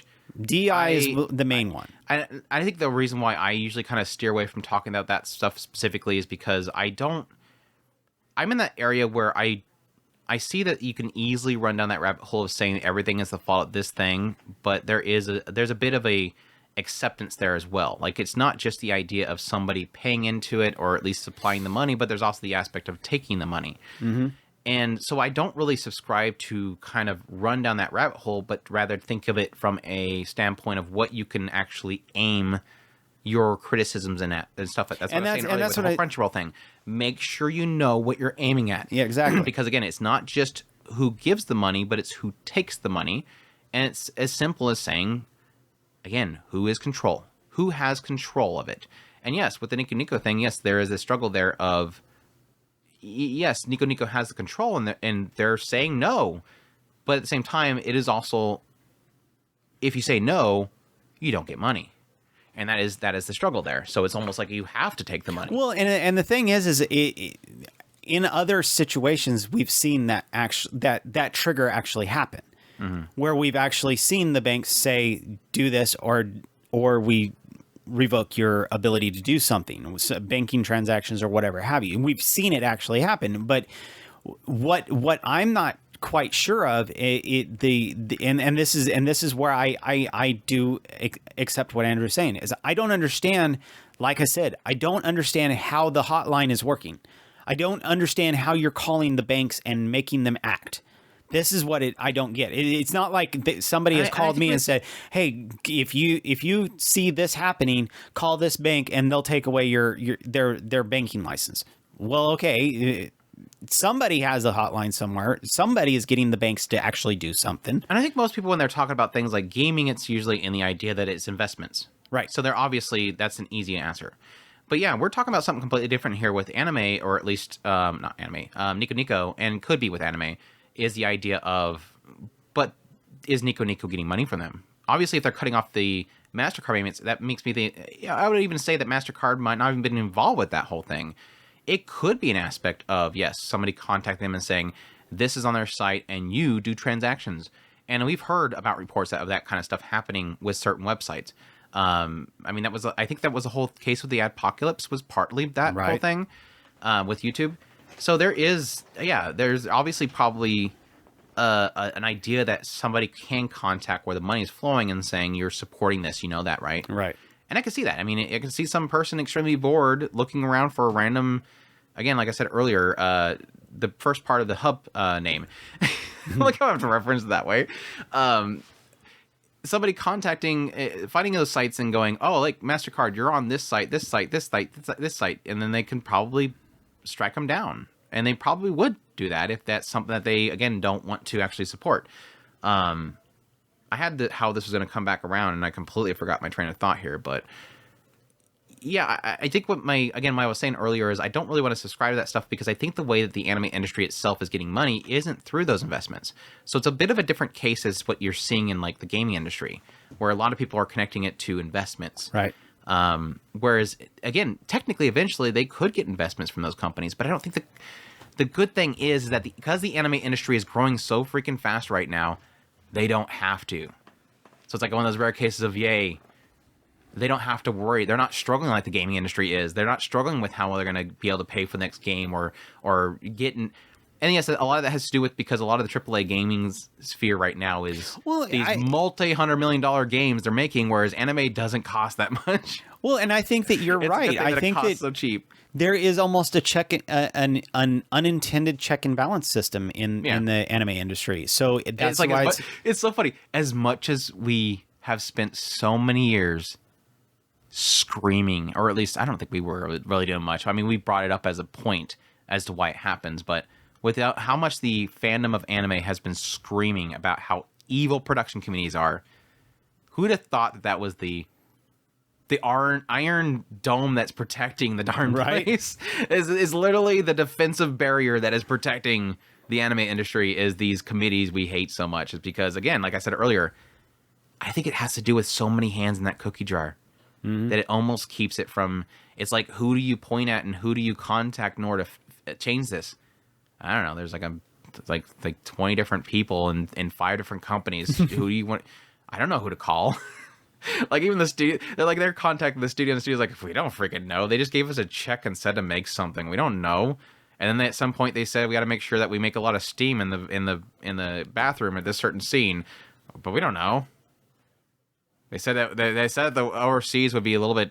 They said there's not enough tsunderes in our show, so we had to add some more. That's going to be the break of the anime industry. Is suddenly they like, we don't want you to change anything. Just put more tsunderes in there. We need. But you guys are doing crazy stuff with the gaming industry. Are you wanting us? No, just more tsunderes. We need a production committee, Chan. That's what we need. Production committee, Chan. It's like you thought you didn't know all along, but Tsundere Chan she's gonna be a lolly version of Oda Nobunaga. We all hated Tsundere Chan of the production committees for so long, and we never knew all along she was protecting it. Yep, she was protecting it, and she literally has like 50 heads. Like whole situation. No, she doesn't know. She's a cute lolly. Anyways, what else? We have some other news we could get through. She was a news bit that's not. Now everybody's gonna call me the crazy anime conspiracy theory guy. I don't know. Usually on my live streams, whatever, like we'll get a few people that are like, "It's this group's doing it," and I'm like, "Yeah, I understand it." So we have a few people that are like that. It usually stays pretty chill though. But yeah. Crunchyroll's upping their cost on their Mega Fan plan from $9.99 to $11.99. Their Ultra Fan plan to $14.99 to $15.99. So if you're in those plans, expect your Crunchyrolls to go up. Thankfully, the regular plan's staying at $7.99. So no effects yet. It's next. Let's be honest, it's gonna be next. Give it another 6 months, and I think we'll have that going up. Everything's going up in price. It's just a sad reality right now. Arknights is getting a new season. Have you started that series yet? Even with all the cute anime girls with poofy jackets and guns, you still have not picked it up. There's too much crying. You told me that I was supposed to be looking at Blue Archive too. That too. But no, I've been.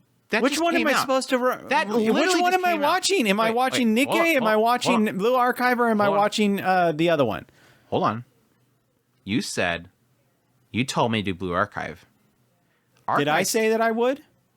Arknights has been out for 2 years. My question is, did you ever watch Arknights?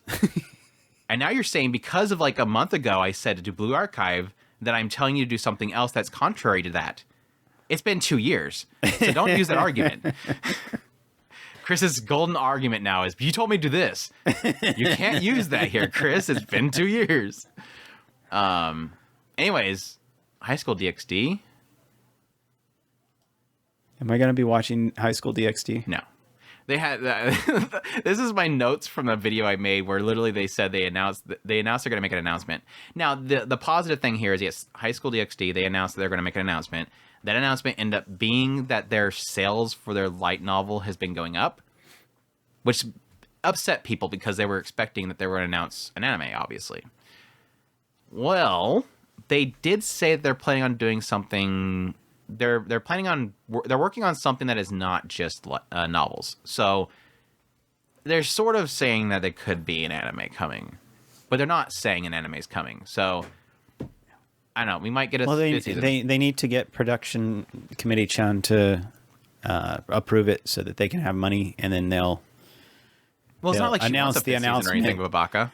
And then they'll announce the announcement of the This is possible. This is a new joke, recurring joke for us as Dedede-chan of the production committees. You have to say at the production committee. I like production committee. You can't just say Dedede-chan. You got to say Dedede-chan of production committees. Pro-con-chan. Producer-chan. Producer-chan. Tsundere producer-chan. But that's that. Yoasobi is going to be doing the music for the Yui Monogatari. No, that was the other announcement. The new season coming up. That's next season 2, isn't it? Dang, dude. We got new Monogatari coming next season, Chris. Yep. Right? Am I crazy pills on that one? No, you said something about it. I want to say that I said July. You were super excited about it. Dude, that's crazy. That's coming back. You watched the PV yet? Yeah, I showed you the PV. What did you think of the PV? I think all you said at the time that I showed it to you was like, man, I like how they're showing that they actually grew up. I think that's a nice thing. I love whenever you have series where the Fire Sisters were looking a little bit older, like they had grown up a couple years. I didn't like the short hair though. I like the short hair. My best girl's shorter hair. No, I don't like the shorter hair. What else? 2.5 dimensional seduction TV anime is going to be 2 cores, and again, that's starting next season. Gohand's announced a new original anime called Momentary Lilies, and it has tons of CGI and lots of hair. That's coming in January 2025. So that's I'm great. getting to the point where I just despise anytime I hear the names Gohan's anymore. What's sad is their last 2 shows were great. That's the sad thing. The last 2 shows were great. It's not. I don't know. There's just this almost a cringe factor. It's just the CGI establishment shots. That's all. I don't. It's and the underfoot cameras. The underfoot cameras. It's more along the lines of I want to like them so bad I can't stand it that I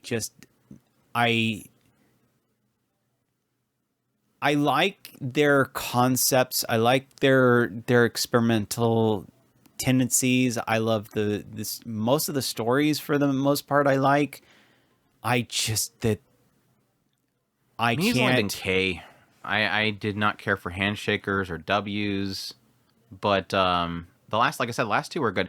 Now I wasn't like super big on the girl that forgot her glasses. It got repetitive, but that's the story. It's just it's a gag comedy that kind of got stuck in a loop. But that the Masterful Cat was super good. I loved Masterful Cat, except for the first episode that was 90% establishment shots of CGI environments. To be fair, I didn't finish them, so I mean, you never finished the Masterful Cat? Mm-mm. Yeah, if you ever that was during that whole if you ever get an weird blur that I had for a while. Yeah, if you ever get an itch at some point, just for some wholesome. Throw that one in. It feels so old saying that now. Like it didn't feel old until now because we literally don't have much physical media anymore. Throw it in there and watch it. Just throw that, I don't know, invisible disc in the drive and watch it, or click a button. That's what you're doing. You're throwing a left click into the sensor. Bam. Anyways, speaking of investments, the former MAPPA director and producer Makoto Kimura is also establishing a new company called Blue Rights, which is going to be a planning company, produce TV and theatrical anime. And yes, can you tell exactly why he's producing the company or putting together? maybe Blue the Archive? increased fan base and demand for anime globally. Oh, okay. These companies are popping up in Japan to produce more anime because they're all seeing how much money's in there. And it was sad because at some point I kind of wondered at some point it's gonna dry up, because we always talked about that with Crunchyroll. As soon as they get too much control over the anime distribution, they're gonna start cutting back. I'm waiting for the first one to do it, but there is a solution that will come if they can figure it out. And I believe that in all actuality, it's cutting out the middleman. Dude, did you see that? Literally. Did you see that new? Was that OpenAI?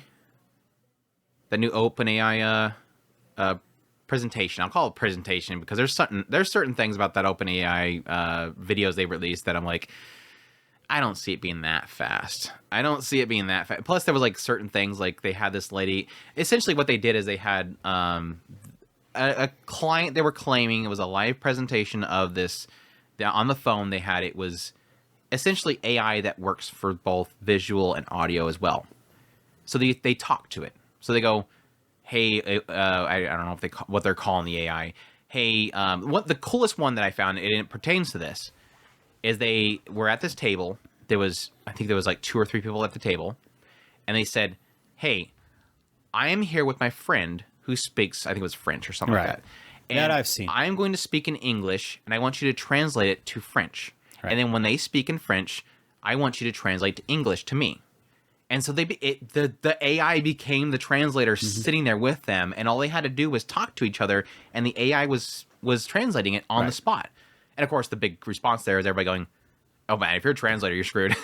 If you're a translator, you're screwed. Again, my argument was I think that's way too fast. I'm not sure if it'll run that. But I mean, it's just literally listening to your speech, turning it into text, translating it, and spitting it back out. I do that with AI all the time. Whenever there's a producer or somebody saying something, I will give it to like 2 or 3 different AIs and say, translate this, and it will just literally translate it. But there's a few things happening right now, and I think one of the news bits that I talked about here recently was I'm blanking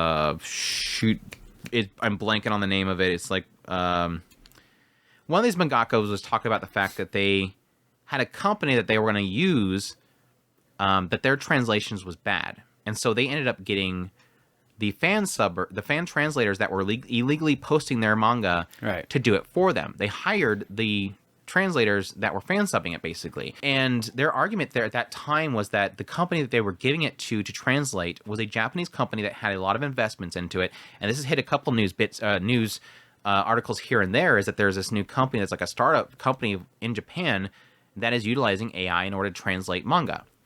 And of course, the big argument that a lot of people are having is that, look, it's Japan responding to all the Western localizers that are screwing things up. No, like we said before, and I've said several times before, if Japan picks up on this stuff and uses AI to translate their stuff to get it out there, it's because they want the money. That's why you have Shonen Jump is doing it themselves. They're translating their own stuff because why? They want to sell it to you. Yep. They don't want to sell a license to another company who will make a fortune off of them. Exactly. Because the idea here, unless there's somewhere in the contract for some sort of residuals, if they sell, say, what was the name of that show that I had earlier, Boing Boing or something like that? It wasn't Boing Boing because I would have laughed at it. Say they want to sell the new manga Boing Boing to Seven Seas. Well, Seven Seas, unless again it's in the contract for residuals, Seven Seas will say, okay, so we're going to buy a volume from you for $10,000. Let's say $10,000 per volume. We're going to buy the rights to be able to distribute it here. Then Seven Seas pays them $10,000, gets the first volume. They then translate it and they sell it to, for this case, United States. And it could be a flop. Like they could sell 2 copies and they lost $10,000 basically. Well, $9,000 so much plus the cost of translating and printing and all that kind of stuff.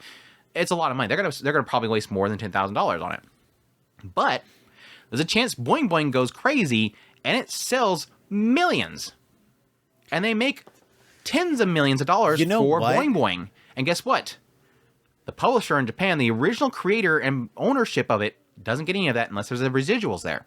These companies are wanting to translate it themselves in Japan so they can sell it to us, and they get all the profits from it. And that's why they're doing this thing. That's why these companies are popping up. And I think they're using AI because they feel it's going to be good enough. You know what I think? And that'll cut a lot of that other issues out. And to go to my point earlier about, I'm sorry, I had a train of thought here. Going to my point earlier, if they can get this OpenAI, if it works that well, there's a chance they can get that to where they make an anime. They literally can put a microphone in front of that playing, or they can just feed it directly to it. They can feed that audio to an AI, maybe this OpenAI, and it will translate it for them and throw the subs up there, and they can distribute it themselves. And that, again, is another way that they can get around. One, they get all the profits, because they'll get all that money that Crunchyroll / Sony is making. No, granted, I will say, I can more see Crunchyroll with Sony doing this first, before these companies do it, but there's a good chance that it might just completely circumvent it. I'm thinking, because my argument has always been... Sorry, the podcast is going into AI talk. Going into AI talk again. My argument has always been that cutting out the middleman is probably what's going to effectively save the anime industry. And what's funny is the reason I always we were bringing that up was always because we were afraid that the Westerns would be breaking it. Right.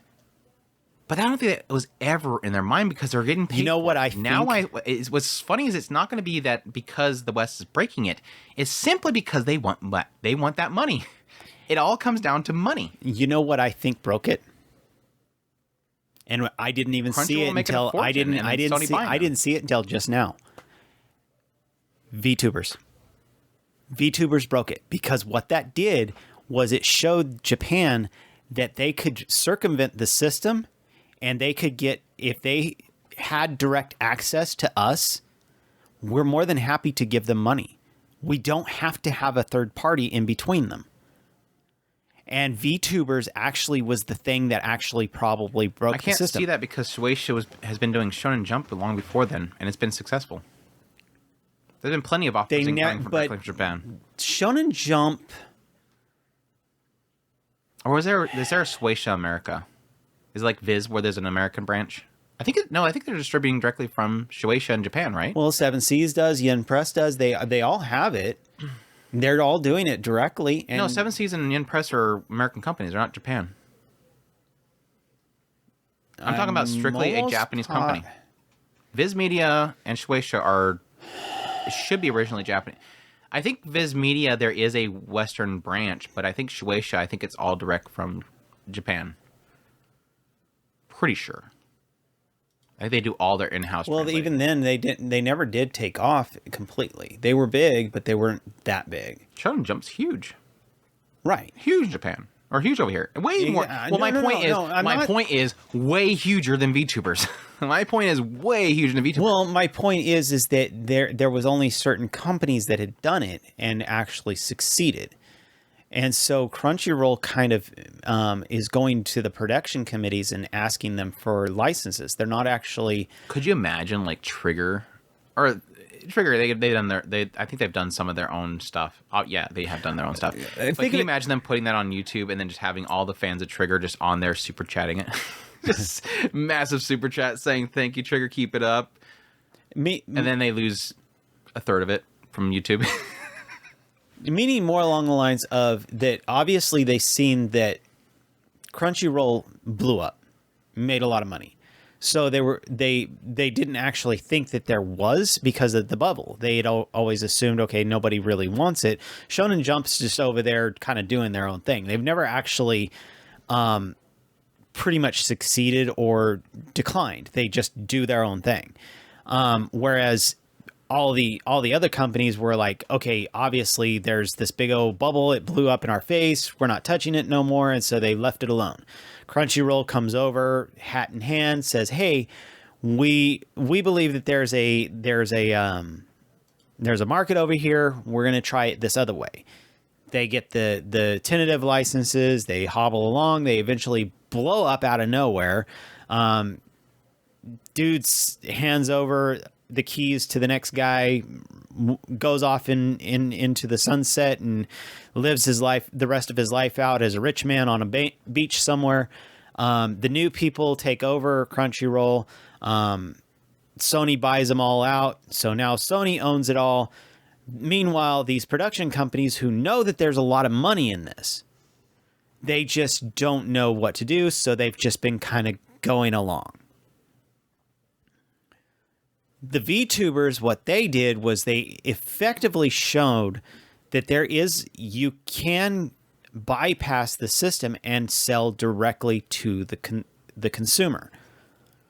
Now, I don't know that it's necessarily...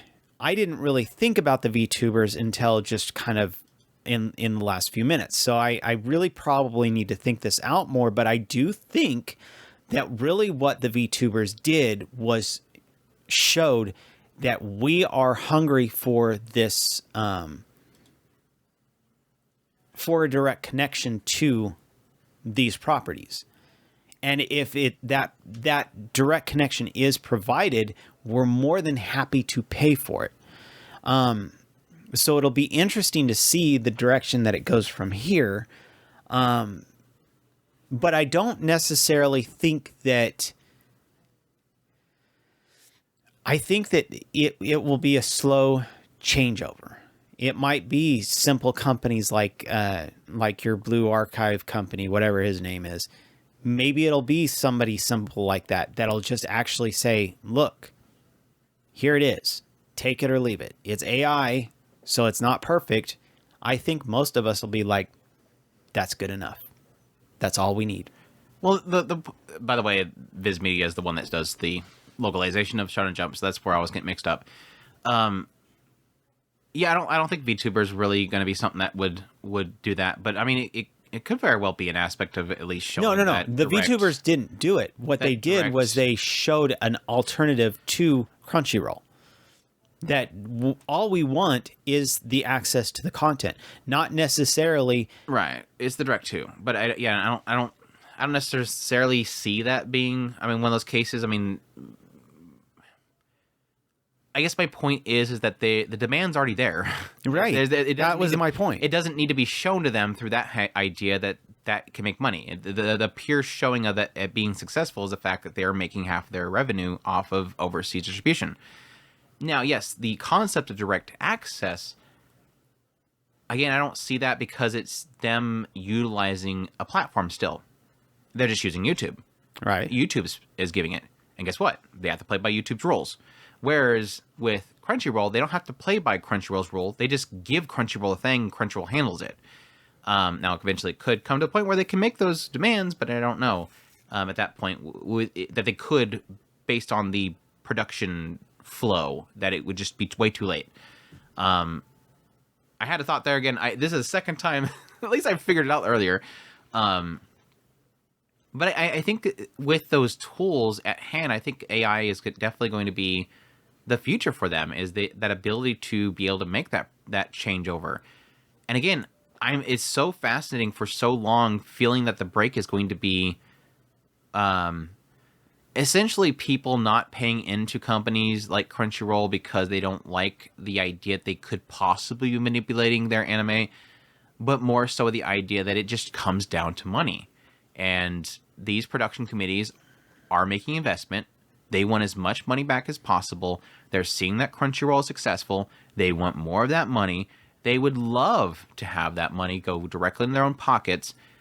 The problem still remains is there's so much more architecture that still needs to go in play. Mm-hmm. That was the argument that we made before about the idea of cutting out the middleman, is it still needs to be a group effort of these companies, or a big one coming up. It could end up being Sony Japan. These companies coming together, and which Sony Japan wouldn't do it because they would be killing their own company, which is Crunchyroll. Now, it could come to a day where they just dissolve Crunchyroll and just distribute it themselves directly from Japan, rather than having to essentially have another branch in the United States that's doing all that stuff. But Crunchyroll is technically facilitating them translators and dubbing and voicing and all that kind of stuff, and marketing there. But they could essentially dismantle Crunchyroll down to its bears, pull it back into Japan, be it a part of it, and absorb it into Sony, and then Sony itself is distributing all their stuff like it's already doing, but with another branch. And I think a lot of that will be done by, an AI literally picking up what these Japanese seiyus are saying and instantly translate it, and they could. Okay, if we're at the point now where an AI can literally pick up your spoken word, put it into text, translate it to a way that is pretty dang close. I mean, there is still interpretation problems there, but it's getting really good at it. What's to say the next step is not as simple as, okay, translate it into English, and then take that and turn it into subtitles with time codes that can be applied to this video. Yeah, that's the easy part. The translating was a hard part. That's the easy part. Now I can just throw out a subtitle file that you can easily slap onto the encoding process, or tell the AI to encode it itself. Translate and encode it directly onto the video. Bam. They can just literally have the system do it itself. They put the file in there and it does it all. That's the easy part. But again, it's all going to come down to who's backing it, and I don't know, maybe Shueisha at some point would do that. Shueisha invests in so much anime, they could possibly be the ones that will pull the rug out from under Sony.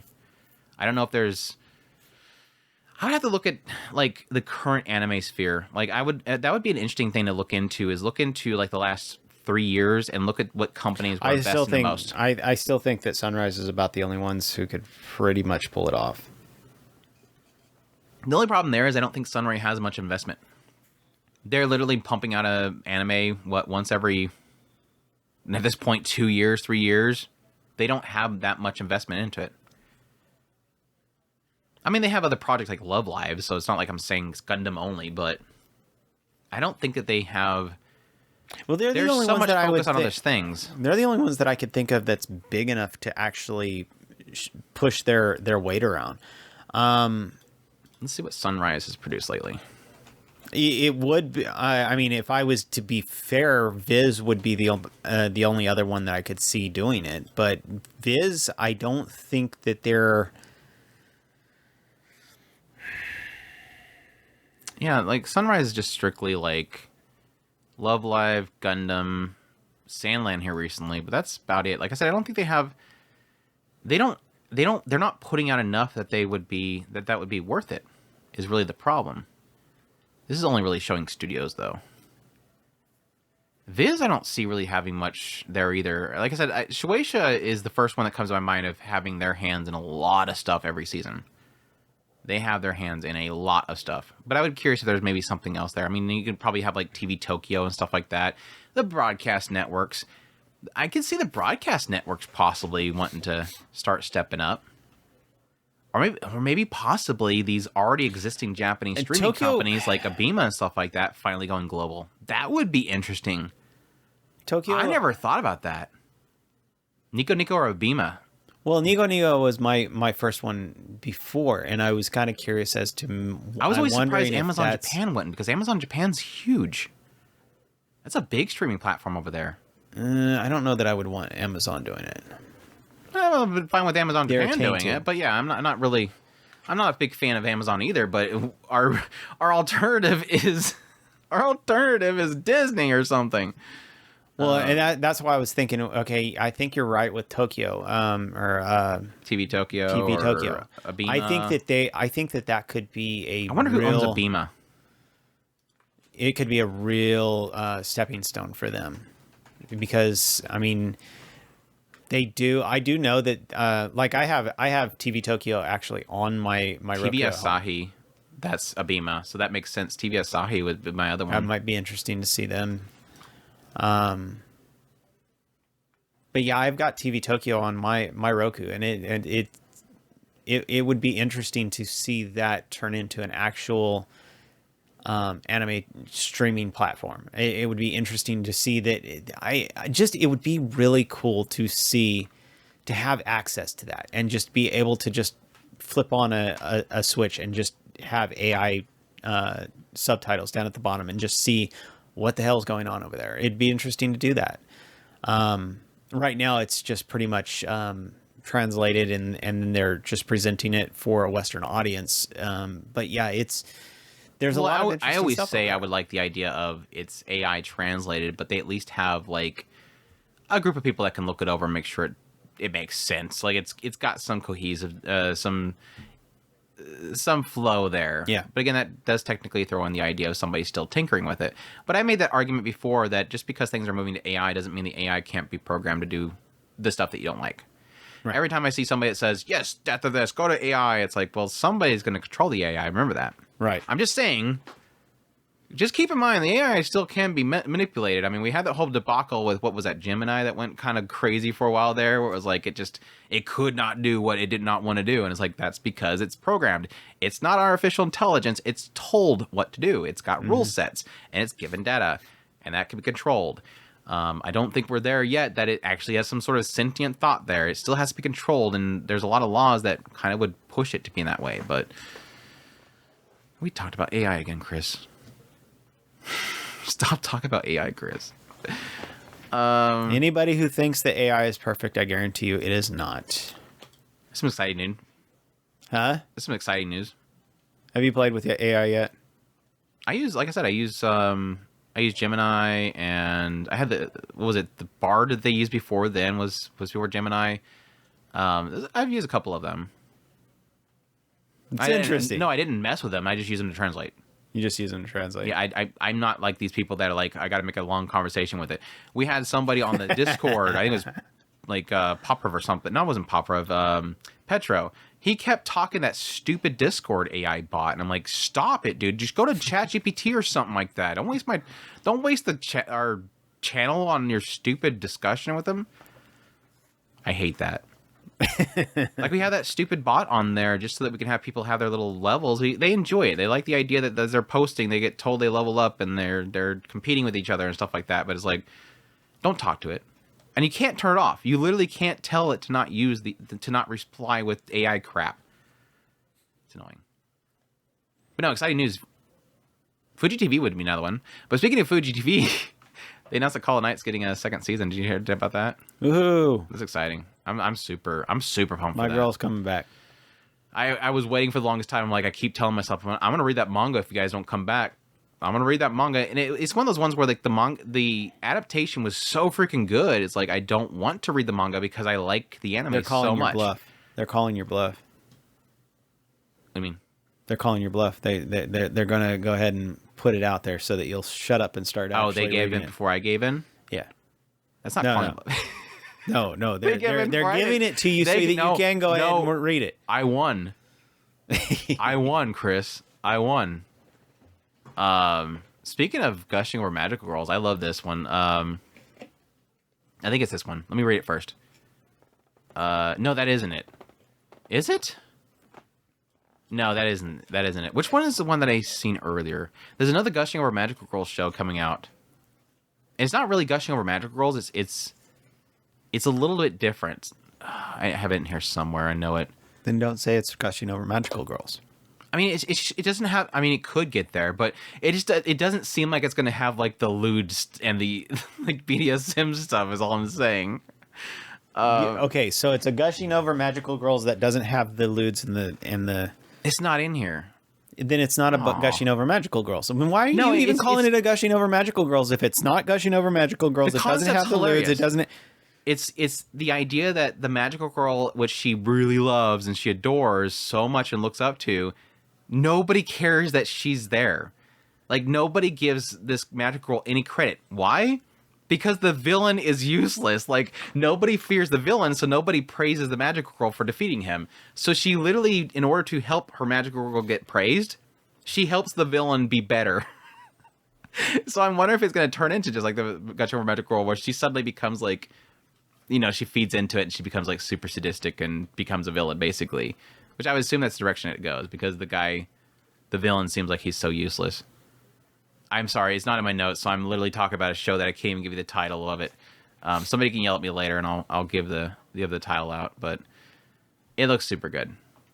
But no, the other one was the magical girl and the evil lieutenant used to be arch nemesis, in which that one's the one where the magical girl falls in love with the bad guy. So that's not as good. Anyways, that's I think we can cut it off there. No, we have to do one question. We said earlier we're going to do a question. Let's do one question. As soon as Discord loads. I thought Discord was... No, my computer was getting mad at me earlier, so I rebooted. so I don't have it up. And then I got to scroll forever. So how did you take not having Mushoku this week, Chris? That's our first question from Andrew. I don't know. Since I didn't, I'm behind on that. I couldn't tell you. I made a video, a skip content video for the YouTube just because I wanted to help everybody out in missing Mushoku Tensei this week.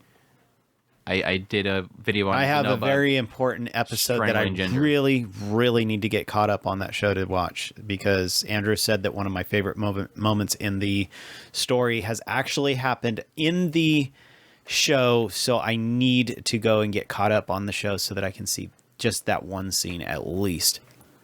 True. There it is. I found it. After countless hours of trying to look for it, I found it. It was one that we skipped, wasn't it? Let me double check. Maybe this one?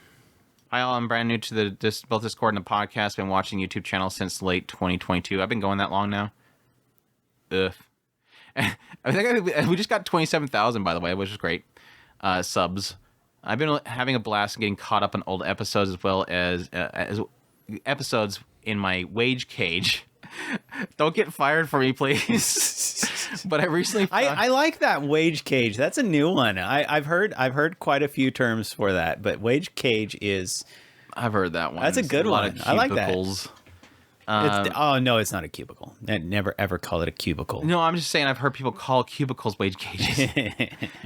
But I recently found out the voice actor for Zenoba from the English dub of Mushoku Tensei actually does radio insurance commercials in my area. Nice. It's not me, by the way. I do a great Zenoba, but not that person.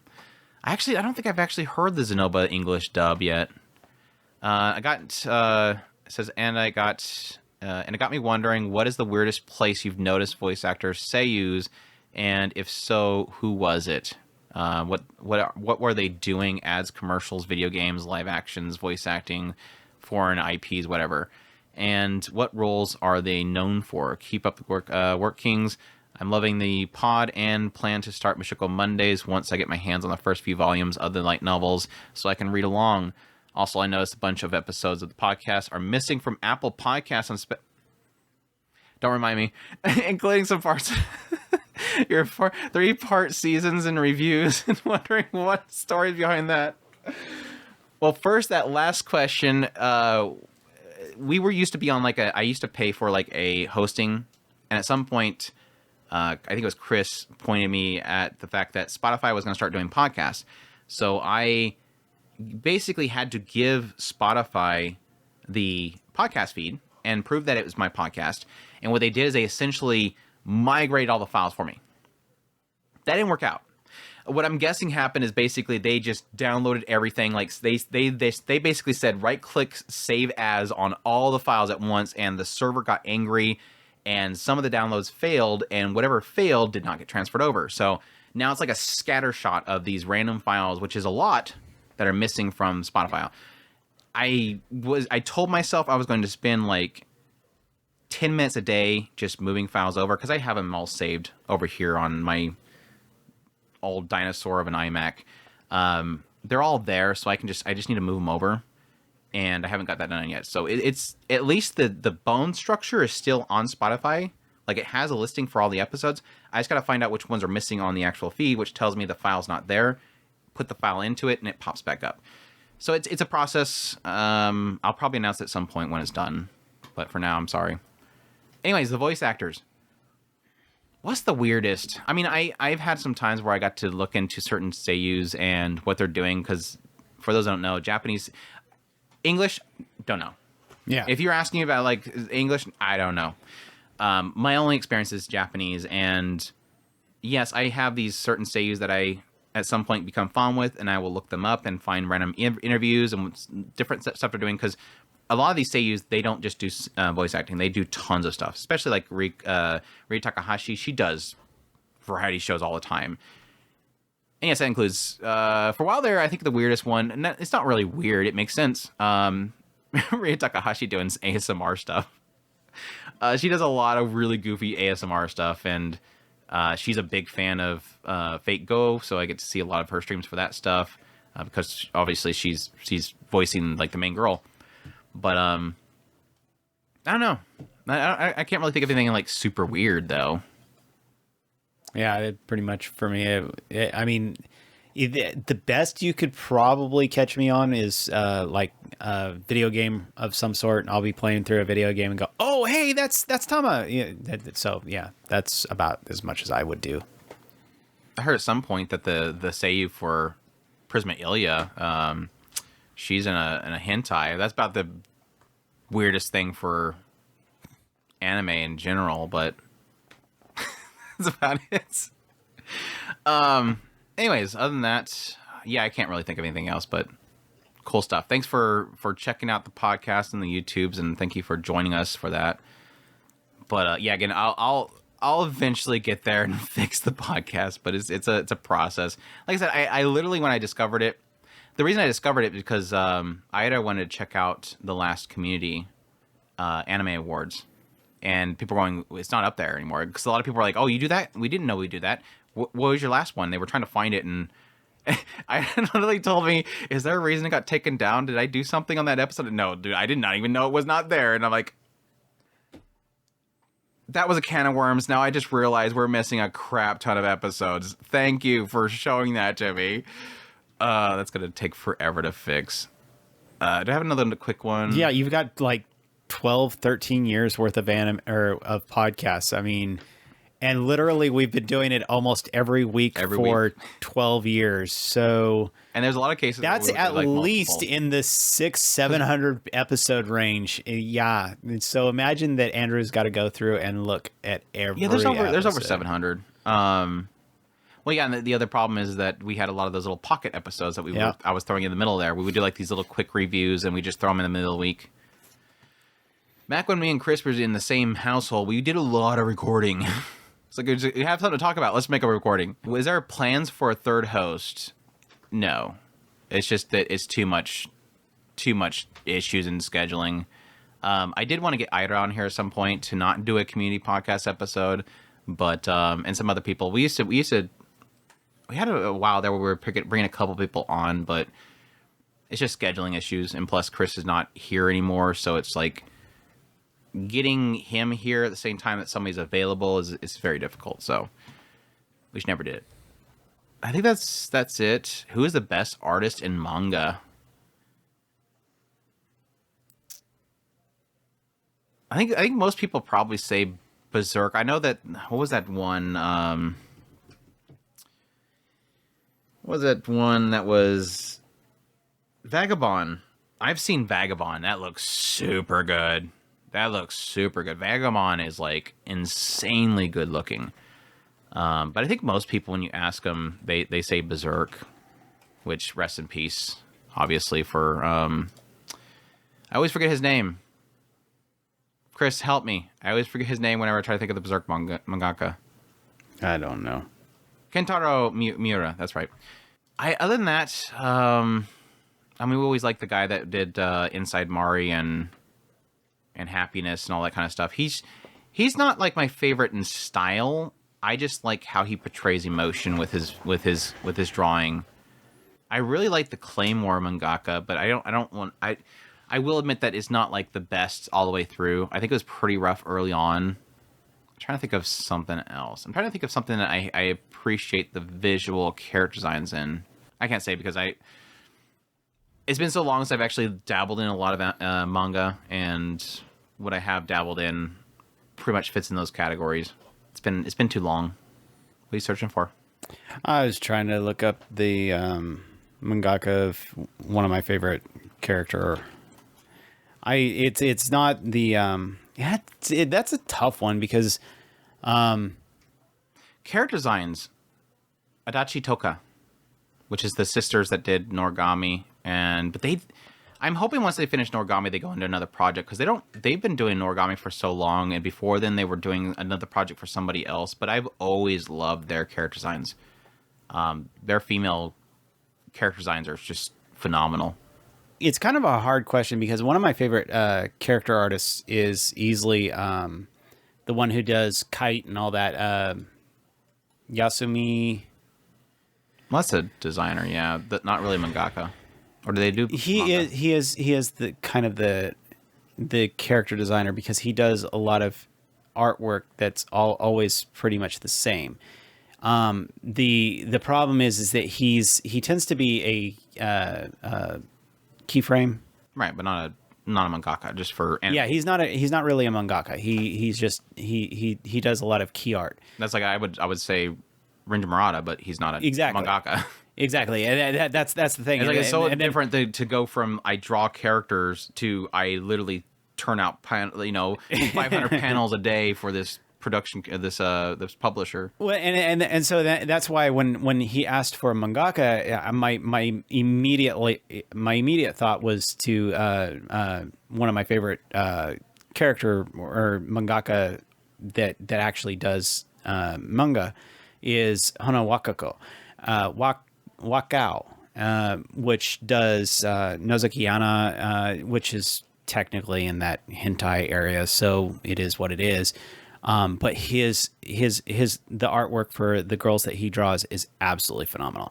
They're fantastic, and a lot of the other manga that he's wrote or she's wrote is absolutely fantastic. I don't know if it's a guy or girl. It is what it is. But yeah, love the artwork from that mangaka. All right. I think we'll call it there. It was a good little episode here. We might just have to do a mailbag episode or something like that at some point. It's been a while since we've done that. So I know we're not like super behind, but some of these have taken a long time for us to get around to. So that's probably why people stop asking questions, because they get mad questions at us anymore. It's been like what was the last time that we got one? Well, we got one this month, but then it's usually like 2-week spans or something like that. So anyways, we hope you guys enjoyed this podcast episode. Maybe you learned something. Maybe you got frustrated with us in our talk of AI, or maybe you got angry at Chris for him dancing around political crap. My evil conspiracy theories. Chris always dancing around bringing up conspiracy theories. But anyways, hope you guys enjoyed, and until next time, y'all take care. Os.